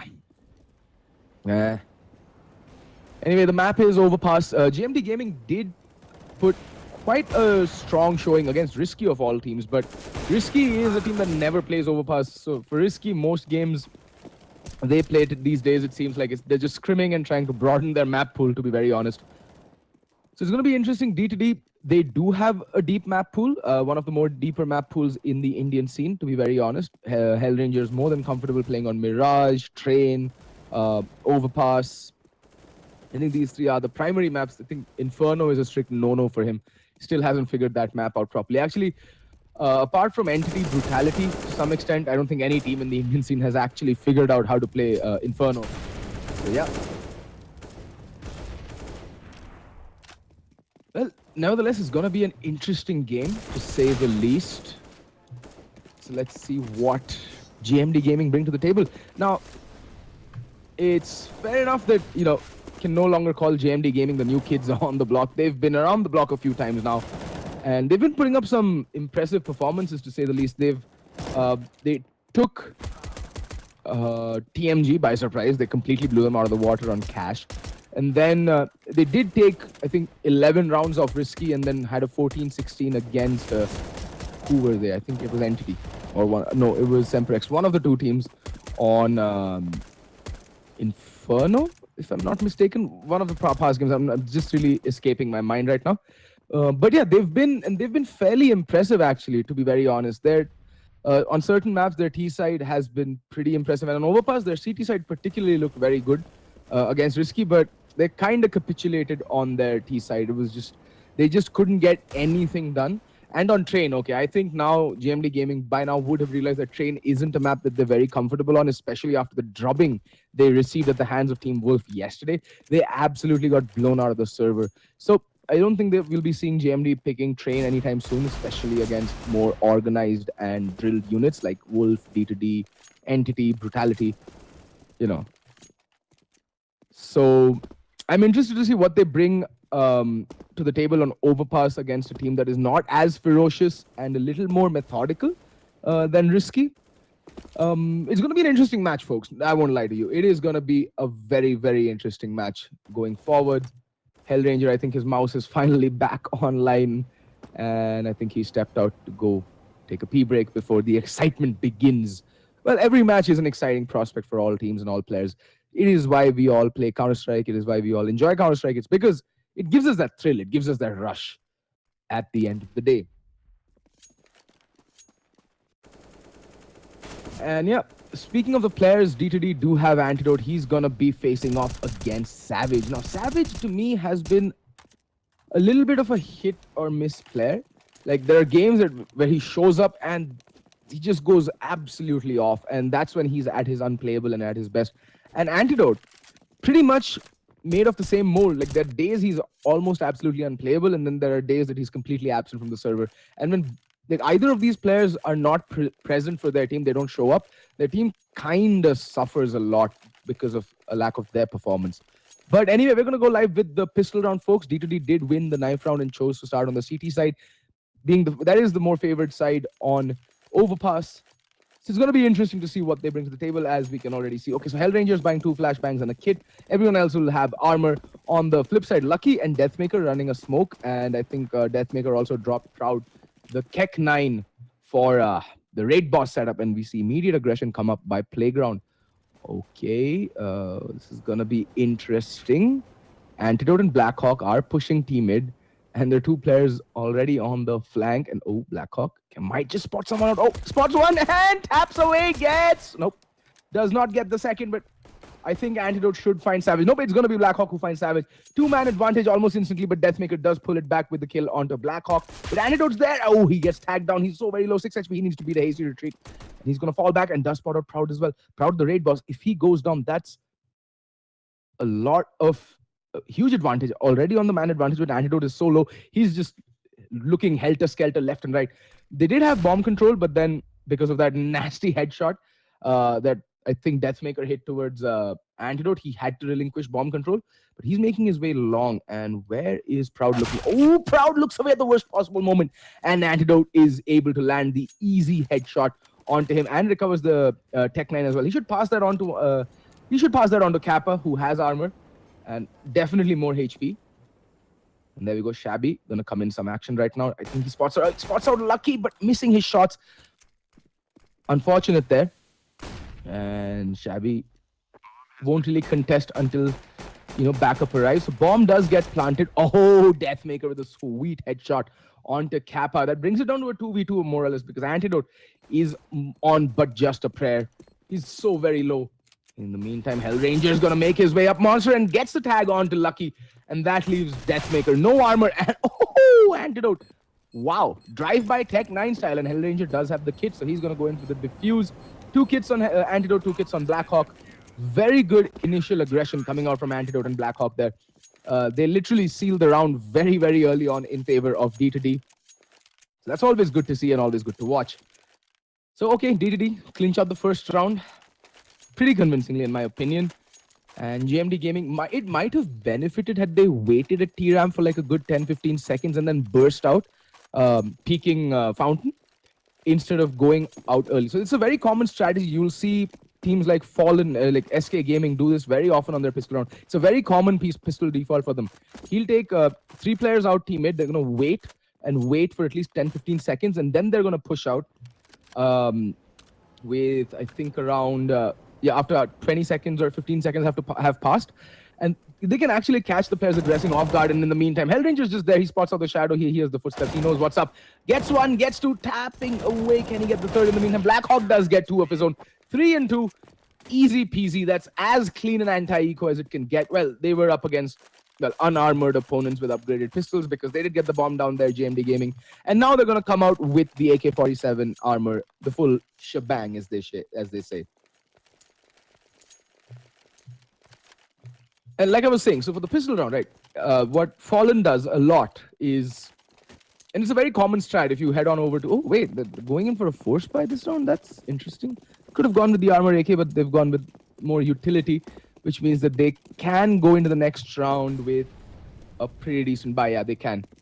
They'll each have around 4K. It'll be this around 24. Yeah, they'll have around 4.5K. So they can actually make more next round. All right, so not a big fan of this buy, but Shabby needs to be careful. I don't know why he's picking an angle that his teammate is holding, but whatever. Oh, and they come bursting out of connector, and down goes Antidote. He gets 1 kill. Shabby also managed to get 1 kill, but he needed to do much more there. The rotation, it will be a bit slow to come in. Kappa needs to be careful. There's 1 player just outside Monster waiting for him. That's lucky. If Kappa peeks out now, he can get 1 kill very easily. But does he check the corner? Yes, he does. And gets bomb control as well. That's huge going in for D2D. That leaves 2 players who will have to now run helter-skelter for the bomb. And Savage not checking his corners.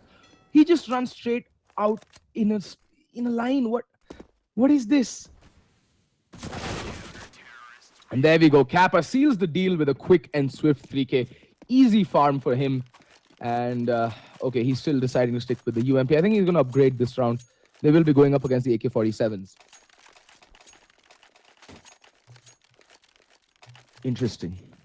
Well, AWP out onto Shabby and Antidote. I mean, D2D are a team that rely heavily on this double op setup, and they pull it out at a moment's notice. The first chance they get, the double ops are out and on the cards for D2D. So let's see where the 2 ops are playing. Well, Shabby is making his way down connector, where he will find some action. Needs to be careful though. Where's the other op? Oh, it's by Monster. Both very aggressive with the AWP. Both the ops fairly aggressive. One's by Canal, one's in connector. Oh, Antidote seems to have an inkling. Shabby needs to just turn around. Oh, perfect timing there. I think he hears the player. Oh, Proud. Oh, the scope! But he still manages to get the kill. He needs to hightail it out of there because a nade can come sailing in and completely ruin his life right now. There is a player in connector. It has been smoked off, so Shabby will be able to make a hasty retreat. That nade, had it just come a little earlier, Shabby was dead to rights there. Shabby is dead to rights. Anywho, man advantage to D2D, although Shabby has taken a spot of damage. He's on 15 points of health. So now he should be playing fairly passive. Antidote also relinquishing canal control and making his way back to Toxic, or top barrels as they call it, over by the B bomb side. He's going to spot over Monster, while he has support in the form of Kappa, who's just spotting waters right now, or canals, whatever you call it. There's so many ways to call it. And the bomb, in the meantime, is making its way over to the B bomb side, so it looks like it's going to be a fake towards A and an eventual B hit. The question is, though, Blackhawk's positioning will be key here. He's hearing Savage. He hears everything, and he's going to spot Savage out. Jumping up and down with a nade out as well. Will that prompt the rotation is the question. I think it has. Kappa. Okay, no, he's gone by. Oh, but Antidote now is going to go huge here. Gets one. Can he get the second? Tapping away with the 5-7. Unable to get the kill. Antidote does fall, but Kappa's already there, and there we go. Kappa's there to seal the deal and retrieve the AWP. Very clean rounds coming out from D2D right now. Like, Hellranger does take a spot of damage, so does Shabby, but they manage to stay alive, and that's what's important. They save the rifles, they save the utility, the kit, the armor, everything, and that means they can build the economy from this point forwards. And 4 rounds on the board, and JMD Gaming will have to eco right now. I'm not a big... Like, the thing is, considering the buy that D2D had GMD Gaming gone with the AK-47 armor buy in the 3rd round itself, wouldn't have really worked because there were 4 rifles out on D2D instantly just as they picked up the pistol round. Because they knew the bomb plant had gone down, and now Kappa needs to be careful. There's 4 players, 3 players making his way. Gets 1, gets 2. Can he get the 3rd? Of course he can. This is Kappa after all. And there's Shabby. Oh, uncharacteristic. Misses a shot. Taps away. Hellranger's there to pop Proud's head and give him facial reconstruction surgery. Alrighty, 5 quick rounds. D2D up 5-0. Finally, the op does come out onto Savage. Now, this is a gun that, you know, he can really turn the tides of a game when Savage gets the AWP. Overpass, not a very T-sided map, but there's so much you can do in terms of fakes. It's such a good map to, fake out your opponents on. But the problem is most teams in India don't really have such a dynamic structure that they can go for the fakes.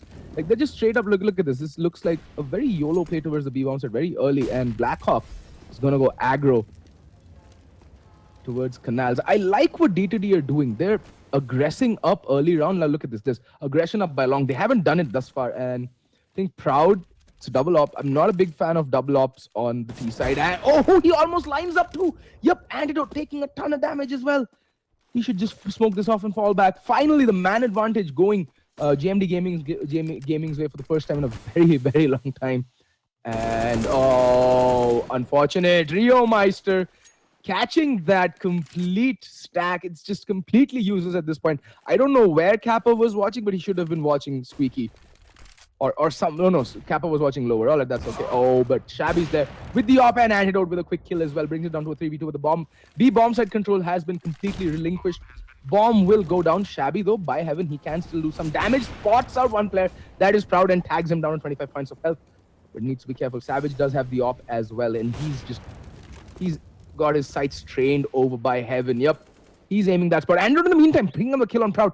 17 points of health, and these two are doing some massive amount of damage. But Savage, oh, Antidote spots out Savage. The clock's ticking down, though, but Savage to go down, and now it's all down to Lucky, who's praying and praying. Gets one. Antidote really shouldn't have been the one to peek there. And now Shabby does have to stick the defuse. There's no time, and Lucky doesn't have any HP. And Shabby, oh, he had so much time. He didn't. All right. If he'd just stuck the defuse, he would have gotten that round for sure.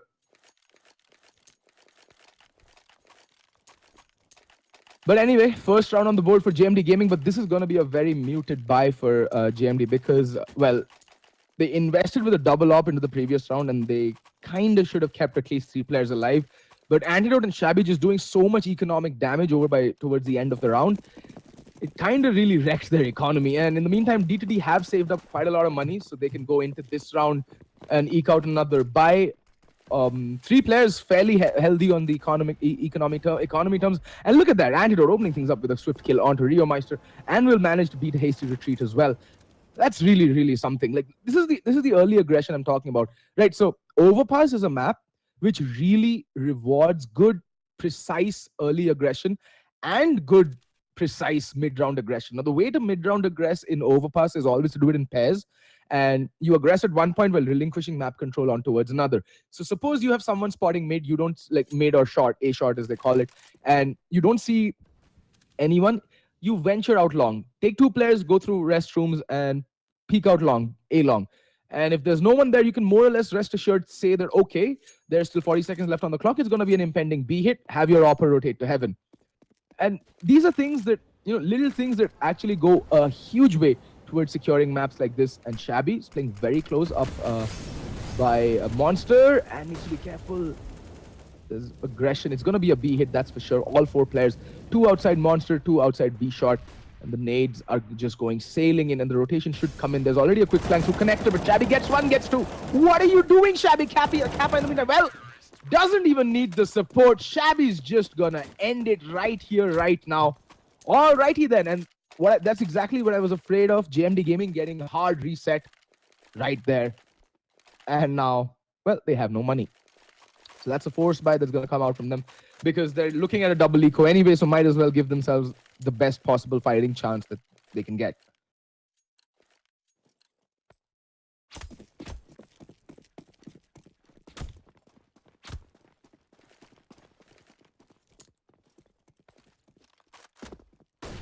And look at this, a beeline for, oh, they're gonna line up for Antidote. Welcome to the hunting party. Oh, but you guys get taken down very quickly. Blackhawk in the meantime is burning alive, but, well, he's gonna clean out three people, the remaining three people. But Antidote, okay then. Collateral for Antidote. Antidote just pops out monsters like, welcome to the party, kids. And boom, two people dead. Line them up and shot them down.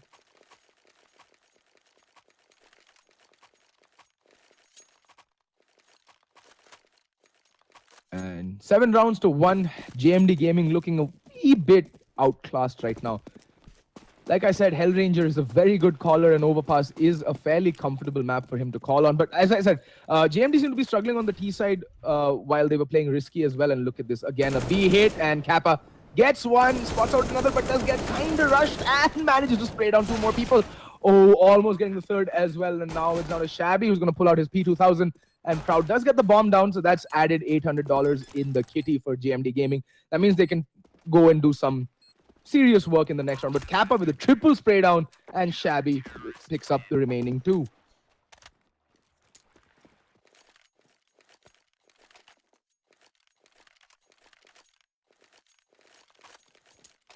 And like I was saying, Hellranger is considered to be one of the best IGLs in the country, and there's a good reason for it. Look at that, 8-1 is the score finally. Okay, JMD Gaming will buy into this round convincingly. Everyone having some utility to play with as well, apart from Proud. But like I was saying, JMD Gaming, their T side against Risky on Overpass was also pretty pathetic. But they did show a very convincing CT side hold, so it's going to be interesting to see how they switch things around. I'm pretty sure Hell's done his homework and has a plan of action in mind when it comes to dealing with the CT side of JMD Gaming.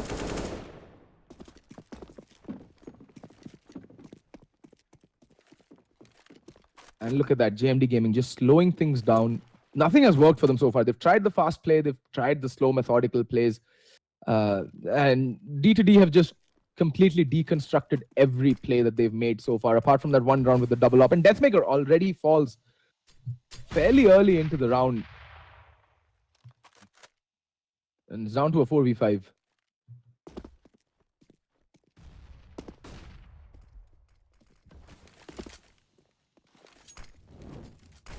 And Rio Meister has made his way out of connector, but he's walking towards a B stack, and the bomb is still over by connector, so no one's really decided where to go. Oh, what is this, Savage? Slow walking down connector with the bomb. Are you kidding me? Oh, the B hit does come in. The smokes come raining in, but it looks like it's gonna be a fake. And Shabby gonna pop out. and put Lucky in his place. Lucky, not very lucky right now. And now Rio Meister all alone.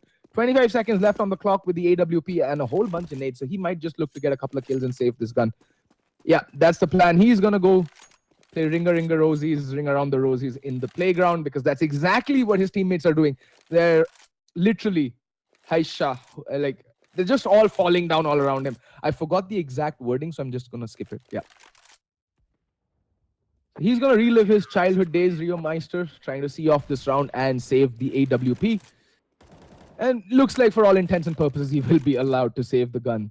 I mean, at this point, D2D really doesn't matter, because the money on JMD Gaming is utterly broken. So at the most, they can go for a force buy right now. They will be on the max loss bonus next round if they lose it. So they can go for an armor pistol buy up.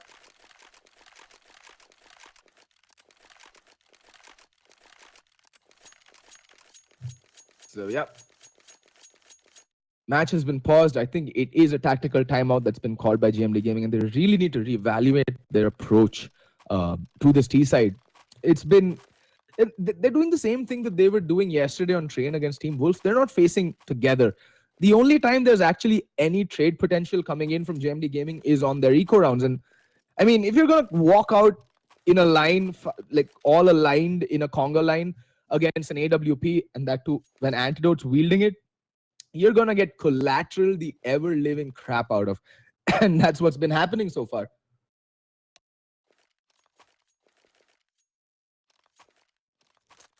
So, yeah.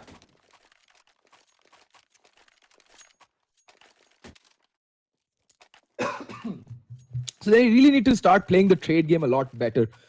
And see, this is what I'm not a big fan of. Savage. I don't know what his insistence is with the Mac 10. He did this yesterday as well. He's bought down to $300. He's not going to have a full buy going into the next round. What are you planning to achieve with the Mac 10? A Tech 9 is infinitely better against armored opponents, and Antidote needs to be careful. He's going to get bum rushed very, very soon. He's Molotovs off right next to the smoke. Don't really know what he's thinking there. Needs to be very careful. Should know that there's an armor Tech 9 rush coming in, but Kappa gets the opening kill. And Antidote going to pop out, gets one as well. And in the meantime, the B hit, well, the bomb might just go down, but so does Antidote. And right now, they're kind of, what's it called? Cordoned off. The Shabby unable to really push because of the Molotov. But now the Molotovs come raining in earnest, and Shabby gets the kill on a Deathmaker. They're pushing as a group, as a unit, and look at that. They're spamming all the angles. They know exactly where these guys are playing from. Lucky goes down. Rio Meister does pick up Kappa. Rio Meister, the only player with the AWP. He's going to get put down and put in his place by Blackhawk, and the op will get recovered as well. Oh, okay. Hellranger already has an op, so Shabby says, all right, cool, I'm going to just toss it by the wayside and continue on my merry way.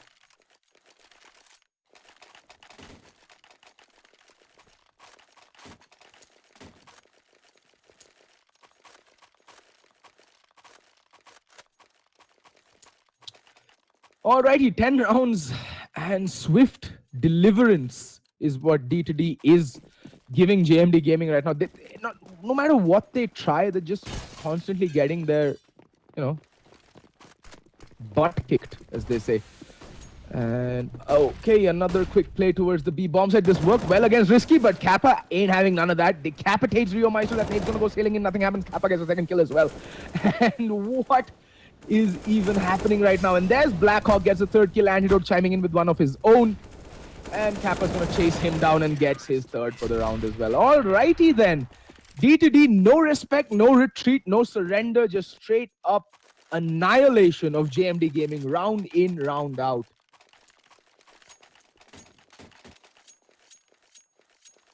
And the money right now. Alrighty, Antidote, the only one who can be considered quote-unquote poor. Everyone else is sitting with at an average of around $13,000 if you do the math. And that is ridiculously high amount of money. That is just ungodly amounts of money. That is the kind of money that will get you robbed in Queens and New York. And yeah, I went there. And alrighty. Mixed by very little utility on JMD Gaming. Like nothing has worked out for them thus far. So they're going to just YOLO it, I think, by now. Bomb is dropped outside Monster. They're going to try the fancy boost. No, they're going to go up Connector. No, they're going to try the fancy boost. And this might catch someone off guard. And Proud trying to sneak it. But look. Oh, Proud does spot out where both the players are playing from. So he knows there's one monster and one by the wooden planks on the site itself.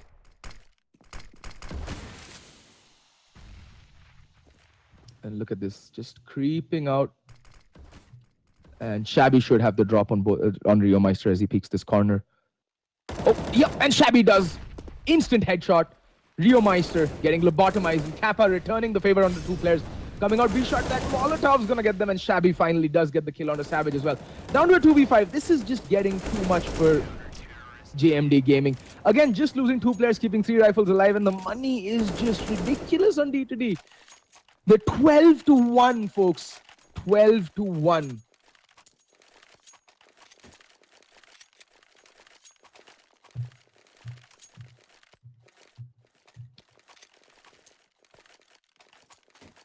This is just as I think this is the most one-sided game I have casted so far in division, in phase 2 of the Masters division. So yeah, JMD Gaming is just completely at complete 6s and 7s. They look outclassed here. Look at that. That nade from Hellranger is going to take a chunk of HP, and Hellranger needs to be looking the right way. Sprays away, gets one, but in the meantime, Rio Meister does get the kill onto Antidote, and Hellranger so very low, needs to beat a hasty retreat. And wow, for the first time, there's a man advantage going in for JMD Gaming. And that fast play really does work out for them. And Deathmaker in the minute just going to spray through the smoke. It's very smart what Hellranger did, dropping that Molotov right behind the smoke. But will they be expecting Hell to be playing this angle? I mean, Shabby did get a drop onto Savage in this point. Kappa in the meantime does get one kill. And it's down to a 2v5. Kappa does go down, and now it's all down to Hellranger, who will get taken down by Lucky. And JMD Gaming finally, what seems like after an eternity, put their second round on the board.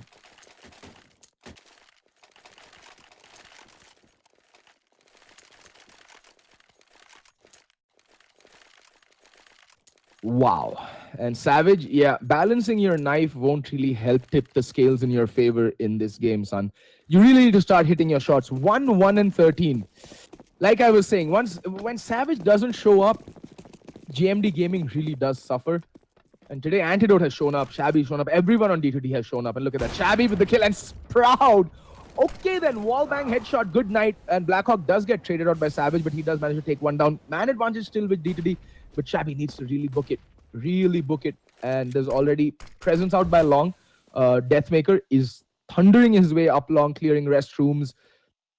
So there's some map control to go for JMD Gaming, but right now it's only restrooms and Long. That's all they have to go for. And okay, that boost could have worked out, but Hellranger just falling back at the nick of time. The timing just not favoring him. It is a 3v4, so no need to force the issue here from D2D. They can actually now sit back and wait for the impending hit. But knowing D2D, we will see some aggression, and right there. Hellranger, oh, that angle does land a dink onto Deathmaker, but the AK-47, extremely efficient, the most efficient killing weapon, killing machine in Counter-Strike. And now Shabby is all by his lonesome over by the A-bomb. So Deathmaker is very, very low. So he is more or less taken out of the equation, but he is wielding an AK-47. Still a one-shot headshot potential right there, and Shabby is not really caring long. And backup arriving in the form of Antidote. Both the cannons, both the AWPs will now be heading over to the A-bomb site, and this is going to be interesting to watch. And Savage, good night is what Shabby says, but there we go. Since Long was completely relinquished, oh, but Antidote landing a headshot. They're all so low. There goes one, and Deathmaker's on his last prayer. Anyway, Kappa, all he has to do is land a shot, or he can just wait.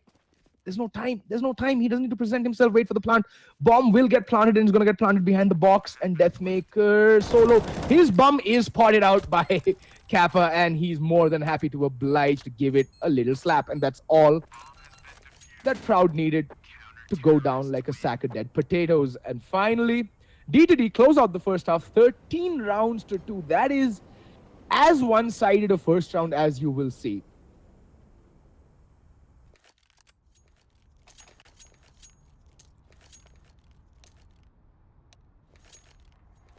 That was just D2D going absolutely nuts. This is their first game for the phase 2, and it looks like they've come here and they're just looking to hit the deck running.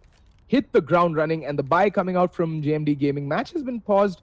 I think it is a tactical timeout. No, Hellranger has paused the game, so might be a technical issue. We did see him having some mouse issues over in warm-up. So yeah. Interesting though, that CT side from D2D really sending out a statement to the rest of the teams who play overpass. They're like, don't mess with us on overpass. That's the statement that, you know, D2D are sending out the other teams right now. It's been a fairly dominant showing from Dare to Dream, and JMD Gaming really haven't done anything special on their T side. Like, it was just so disorganized and disjointed. They were walking in one by one into a welcoming crosshairs, and yeah.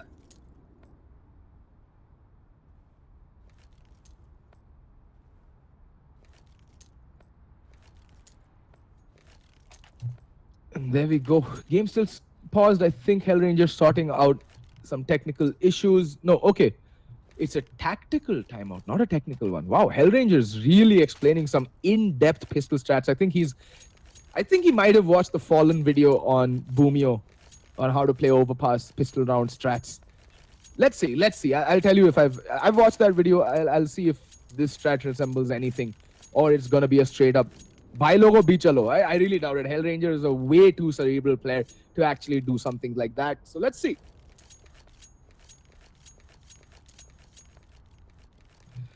Well, just to rattle off the scores right now, Kappa is sitting on 20 kills with 5 deaths, Shabby on 16 with 5, Hellranger, the bottom fragger, is on 8 kills. He has the same amount of frags as the top fragger, that is Deathmaker, over onto JMD.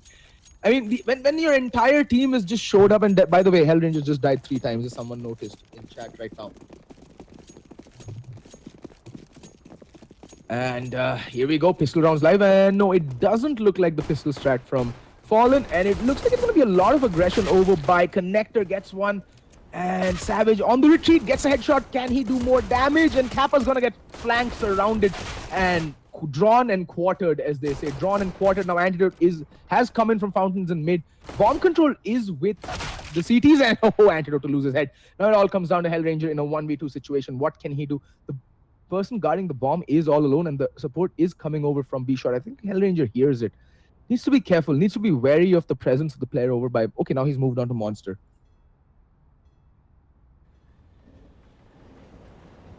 And I like this Deathmaker holding a really long angle and should hear Squeaky, but Hellranger is just playing time. He knows he has a lot of time to work with. But look at how smart Lucky has been. He rotated all the way back through Monster and is here to support his player, and Deathmaker spawning out Hellranger. Does have a smoke to work with, should throw it down, and a flashbang. Kind of fluffs it. But now he can make his way up. The A bomb site or the B bomb site is ripe for the taking. What is he doing? What are you doing, Hellranger? Okay, he faked it. That was so smart. He pretended that he'd gotten the bomb and made his way out B. There's still 30 seconds left on the clock, but what he's unaware of is Lucky. Oh, so smart. Hellranger can just land the shots. If only you could have hit the shots, but now there's no time on the B.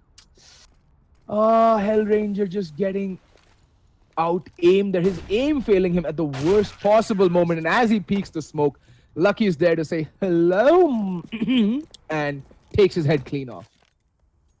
That was so smart from Hellranger. That's what I was saying. This man is the most cerebral player I've seen in the Indian Counter-Strike scenario. In the current stock, Equitas has retired and has passed on the mantle to Hellranger. So that's the thing, right? What you saw him do, he faked footsteps as though he were going to take the bomb and then ran out, signaling to the team that, okay, he might have gone B. And they almost took the bait. It's just that Hellranger's aim failed him towards the end there. And it's just unfortunate. Really, really unfortunate.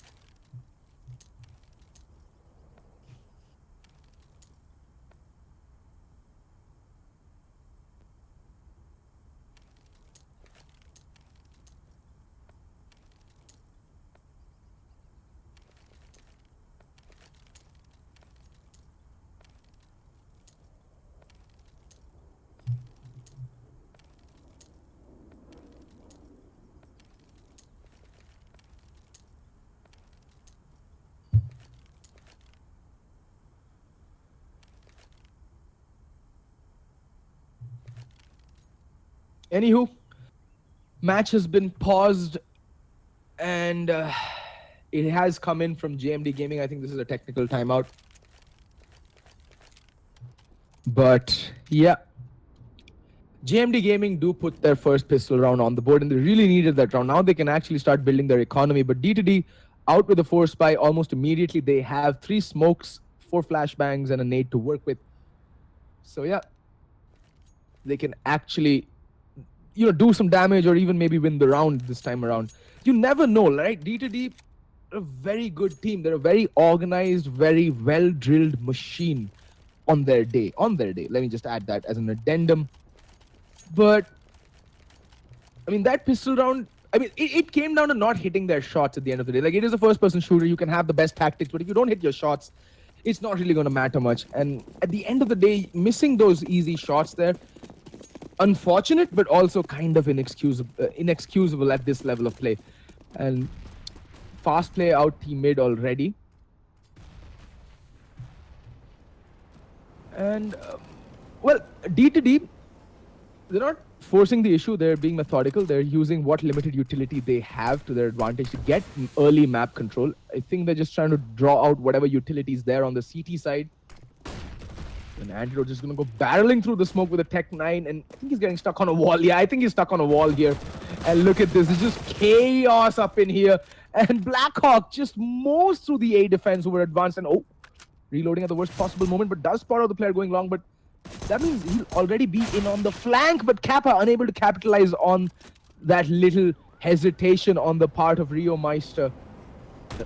Rio Meister does get spotted out. He's very, very low. The flashbang not really going to do much. Hellranger's just going to barrel through the smoke and shoots Rio Meister in the face in the meantime. Blackhawk is still waiting passively. I don't think they know that Blackhawk's made his way to headshot over by A short. And Blackhawk, I like what Hellranger's doing. Blackhawk's just been told to just chill out, while Hellranger makes a ton of noise over by the B bomb side. He's just open squeaky door and he's going to fall back. But I don't think JMD Gaming will be falling for it. It's a pretty low level fake, and I think Deathmaker does spot him out and should have heard him definitely. And Blackhawk goes down with the bomb, and Hellranger's aim fails him yet again.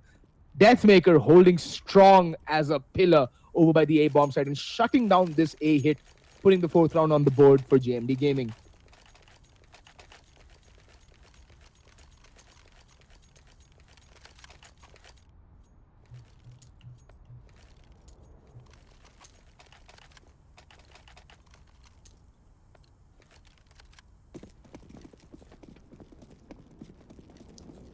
Yep, full eco, only upgraded pistols out onto Hellranger and Blackhawk, everyone else running Glocks, and it's gonna be a Glock train coming out towards Fountain. This is gonna be interesting. Lucky with the UMP, and Savage in support over by Connector. Lucky spots one, lands the headshot onto Savage and pulls out the USP tapper away. Gets 3, he's done his job for the round, and out comes Savage, gets 1 kill, and now it's all Blackhawk with a P250 and a dream, and that dream is put to rest by Savage along the way, and does recover the P250 as well. Proud there. Alrighty, JMD Gaming, 5 rounds on the board. D2D coming out with their first gun round. Should have enough utility to go in. Yeah, they have 3 smokes, yet again. 4 smokes, make that 4 smokes, 4 Molotovs, and a whole bunch of flashbangs. It's a pretty decent amount of utility that they've managed to muster up on the T side and going into their first gun round. Scores are 13-5. There's enough rounds for D2D to actually experiment with a couple of executes that they might have been wanting to try out. Molotov out for B short to stop any push. The Molotov out for Monster to help Proud get the pick and stop any kind of push. Oh, Hellranger's timing. Oh, Proud missing an easy shot. Now he'll have to smoke it off and fall back. You cannot miss those. You really cannot miss those. In the meantime, Shabby's made his way all the way out to Waters. And Rio Meister just playing on the other side. Shabby not really taking any damage from that nade. But it is more or less a B stack. And interesting. Proud getting boosted up. Not going to be able to see anything though. And does fall back. So it's a very heavy B stack. And it looks like it's going to be a B hit with Proud finally. Not going to miss the second time. Does get the kill on the Blackhawk. And at least he's told that, okay, fine. Might just be a B hit. Kappa in the meantime is chilling and connected. There's literally no presence over by A. But here's the problem. JMD Gaming don't know this because everyone is so passive. Everyone's so, scared. like so scared. They're all sitting back on towards the A bomb side or the B bomb side, just waiting for that impending push to come in. And yeah, Proud getting completely blinded. Down goes Proud, down goes Deathmaker. That's the B hit, B defense completely capitulating. Kappa's made his way into a very aggressive position. Hellranger gets one. Kappa unable to land the kill. Savage decapitates him with the 5-7. It's down to a 2v3. Bomb has gone down though, so they can just play for the time that Flashbang's gonna sail over behind Hellranger. And he needs to be careful. I don't think they expect him to be in waters. He's gonna get Rio Meister. Oh, but unable to get more than one kill. He really needed to go big there. And now Antidote knows that there's both players and they're all congregated by Monster. That Molotov's gonna force him out though. And he manages to clutch it. Antidote burning in the flames of victory there. But he clutched it, and 14 rounds on the board for D2D. Although, like I said, they lost all 5 players there in that putting that victory on the board. So they're going to have a pretty muted buy going into this round.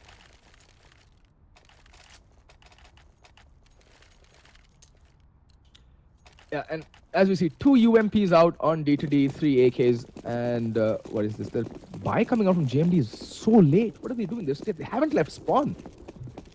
A lot of map control relinquished very early on because of their very late buy, and Proud and Deathmaker are, well, looks like D2D have the better buy because they've constantly killed so many players over on JMD Gaming that 3 players just can't buy anything. Savage on the Deagle, Proud on the P250, and Deathmaker on the 5-7.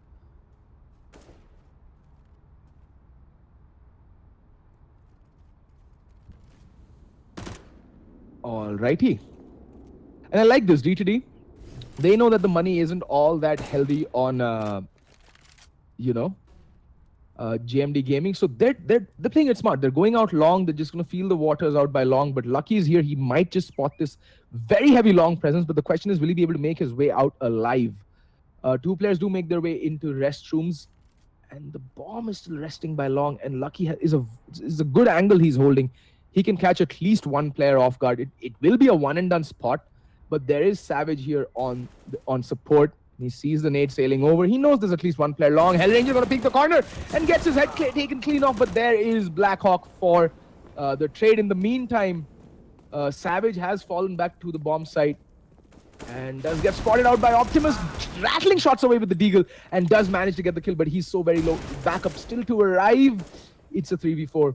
But the weapons are supporting, and look at this flank. Proud takes up the UMP, rattles off a few shots on Antidote, and Antidote goes down as well. And now he's recovered the FAMAS, and now it's all down to Shabby. What can he do? He's trying to make his way to the B bomb site, but I don't think he'll be able to.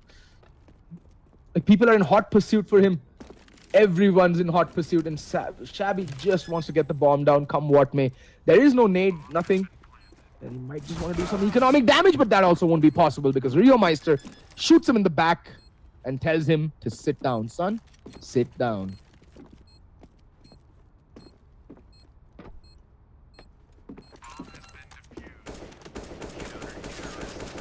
Well, JMD Gaming managing to win a round that they had very little, rights winning, especially the fact that they got the keys got the A side completely under their control.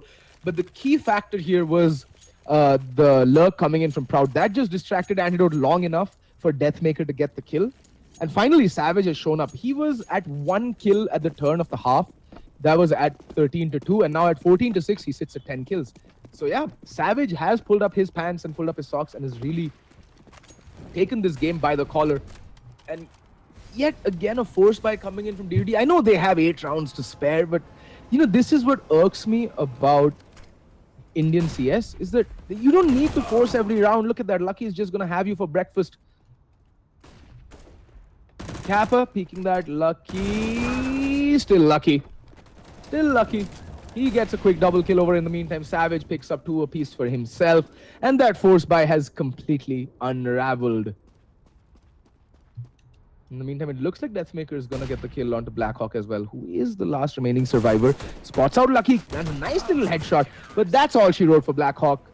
Down goes Blackhawk. JMD Gaming put their 7th round on the board, and they managed to keep 4 players alive, which means they can start building on that economy going forward.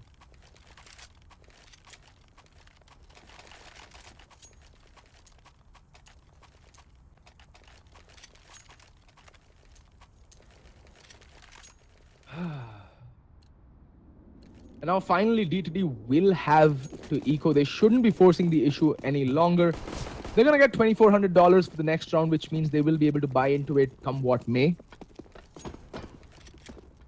And very fast play, and Proud, oh, does get dinked down very low, just 5 points of health. One shot, even from a Glock, will put him down. So he's gonna have to retreat. Where's he playing from though? Yeah, he's fallen all the way back to restrooms. Okay, Proud, still not interested in falling back. And it's gonna be Kappa all alone, spraying away with the Glock, but Glock, as effective as a water gun in the rain, as some would say, at getting people wet. So yeah.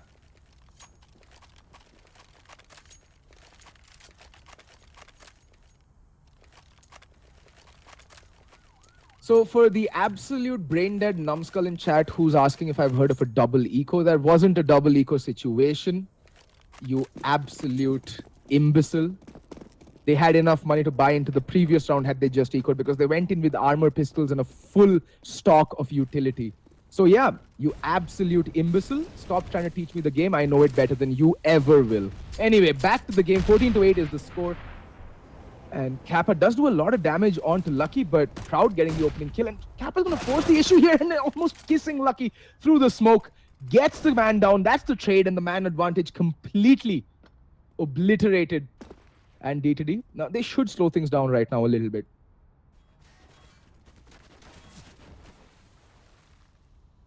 And I think that's exactly what D2D are doing. They are slowing down the issue a little bit. And Monster has been smoked off, so they can actually take the bomb. There's enough time left on the clock. There's 1 minute left. There's no need to actually commit to a bomb site this early on. So yeah.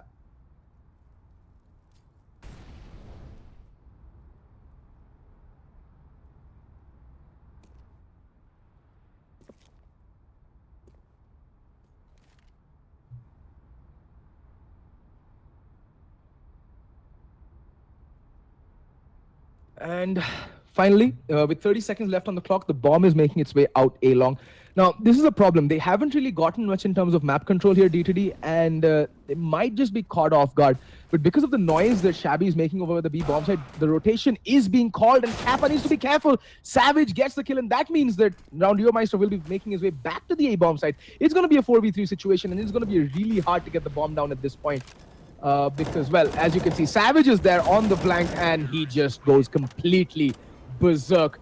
Quick 3k for him, and he literally saves that round with the position he was playing, which is, well, you know, just by connector there. Catching Kappa off guard, he heard Kappa coming from a mile away, and that B fake would have worked had D2D had more map control. Now, because they didn't have much map control, they really couldn't throw off JMD Gaming. That's the thing, right? That's the value of having at least one player posted up in restrooms or by connector late to mid round, because he can hear these fakes. They can actually communicate and tell the players. And okay then, Deathmaker with the auto sniper. Alrighty.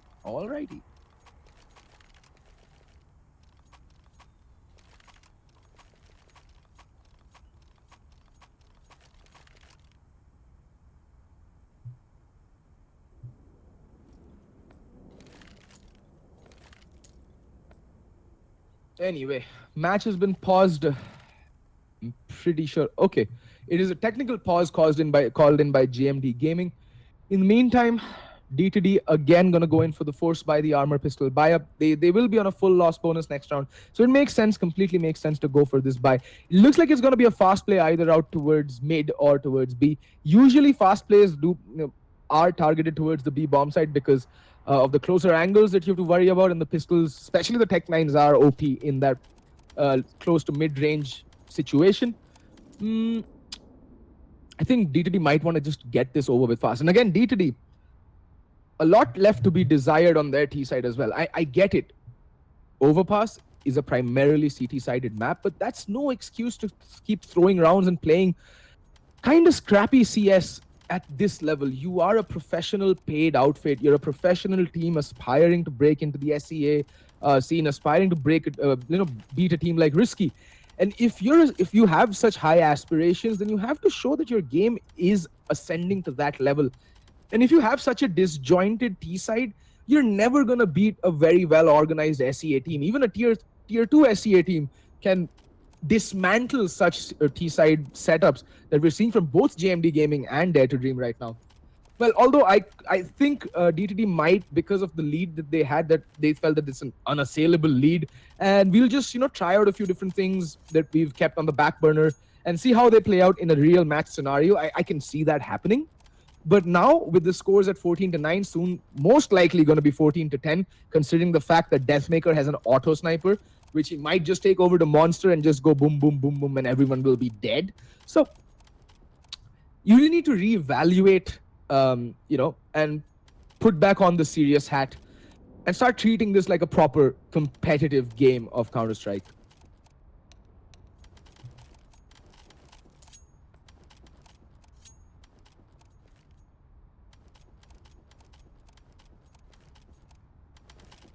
So as of now, JMD Gaming's CT side has been quite impressive actually. So they don't really go for the early pushes that D2D were taking, the aggression, the unbridled aggression that D2D were bringing to the table. What they prefer to do is hold up restrooms and then have one player playing restrooms till late round and the rest of the team falls back towards the bomb site. And look at that, Rio Meister. I want to see where Deathmaker is playing from. Of course, he's playing from heaven with the auto sniper. And it is going to be a B hit, one flash over, one smoke. That should ideally go for heaven. That means Deathmaker will be completely neutered. Or it might just go for the site. Remains to be seen. The smoke still to go out. Oh god, they're doing a naked execute and Deathmaker completely blinded. Okay then, good night Deathmaker. The auto sniper getting taken out of the equation almost immediately. And Proud getting the kill onto Antidote. Kappa holding a fairly aggressive angle here. And that's the thing right now. Now they're completely shut out of the bomb site. Not a single rifle recovered from DTD. Oh, but Blackhawk doing God's own work, but unable to land the second kill. But Savage is so very low. It's still a 2v3 situation. 2 AKs and an op to contend with. Nades come sailing in, and Proud is going to go down very cheaply. And Savage is so very low. Proud had to do a lot more work there. Hellrange is just going to sit on top of the bomb. He's just going to sit on top of the bomb and wait for the defuse to come in. Oh, but Lucky's aware of this. Lucky is so very aware, and Hellranger makes his way out and pops Lucky in the face. And Savage is so very low, and somehow, out of the blue, DTD win a round that they have no right winning.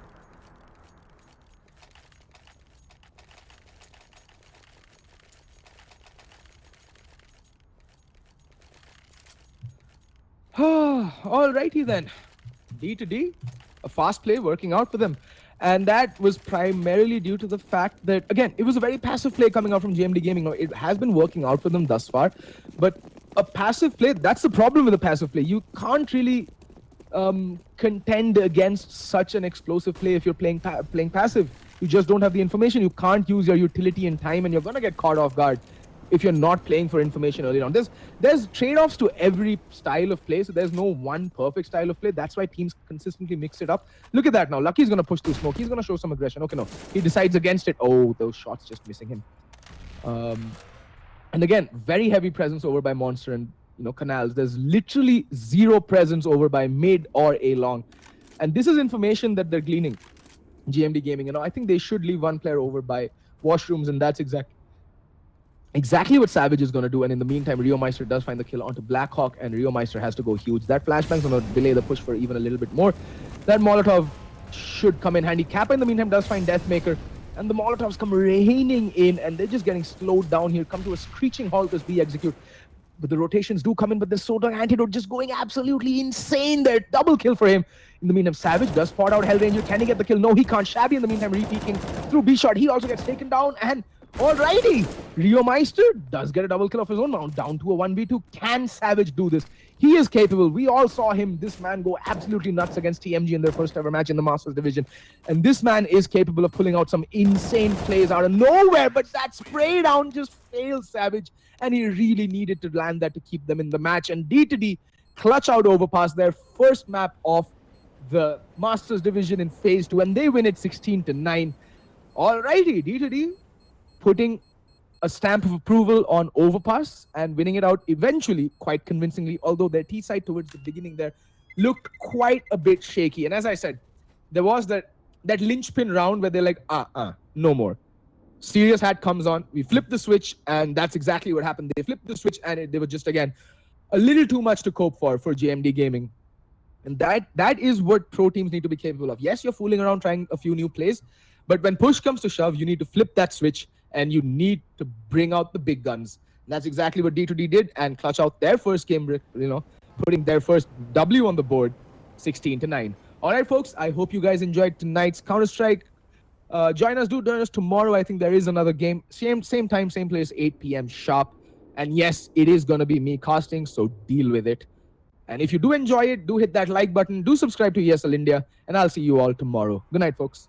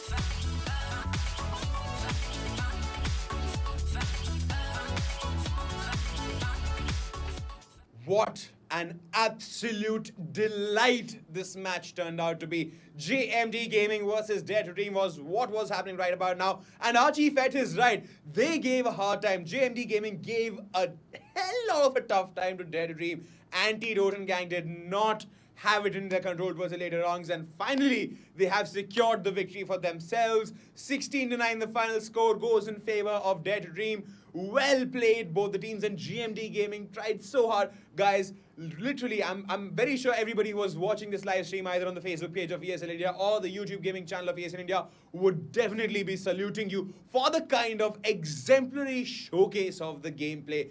Amazingly done, guys. Amazingly done. Also, guys, this brings us to the end of the Day 8 live stream of the Phase 2 of the ESL India Premiership 2017's summer season. We'll be back again day after tomorrow. Yes, tomorrow's the day off. Everybody, be calm, composed, but we come back again with full force because, like I keep saying to my colleagues, full power 24-hour, but it's just that one day we get that 124-hour where we get to rest and figure out how life is, because considering the fact there's so many frags happening in CSGO, so many intense rampages happening in Dota 2 and Clash Royale, come on, Haseeb needs that kind of a shout out. Everybody's doing just about everything to ensure their places in the ESL India Premiership 2017's summer season Phase 2 is secured and placed well. Well done, everybody. And of course, if you guys want to be part of the ESL India Premiership 2017 summer season, Phase 3 is just around the corner. You can register for it. All you gotta do is go onto the link there, the URL which is on the screen, and register for the games you want to participate in. Voila, you're a part of the ESL India Premiership 2017. So guys, we'll be joining you again day after tomorrow. Take note, day after tomorrow at 6:30 p.m. we'll be back again with Clash Royale, Dota 2 and Counter-Strike Offensive, Global Offensive. But for tonight, I'll be signing off, and good night to everybody.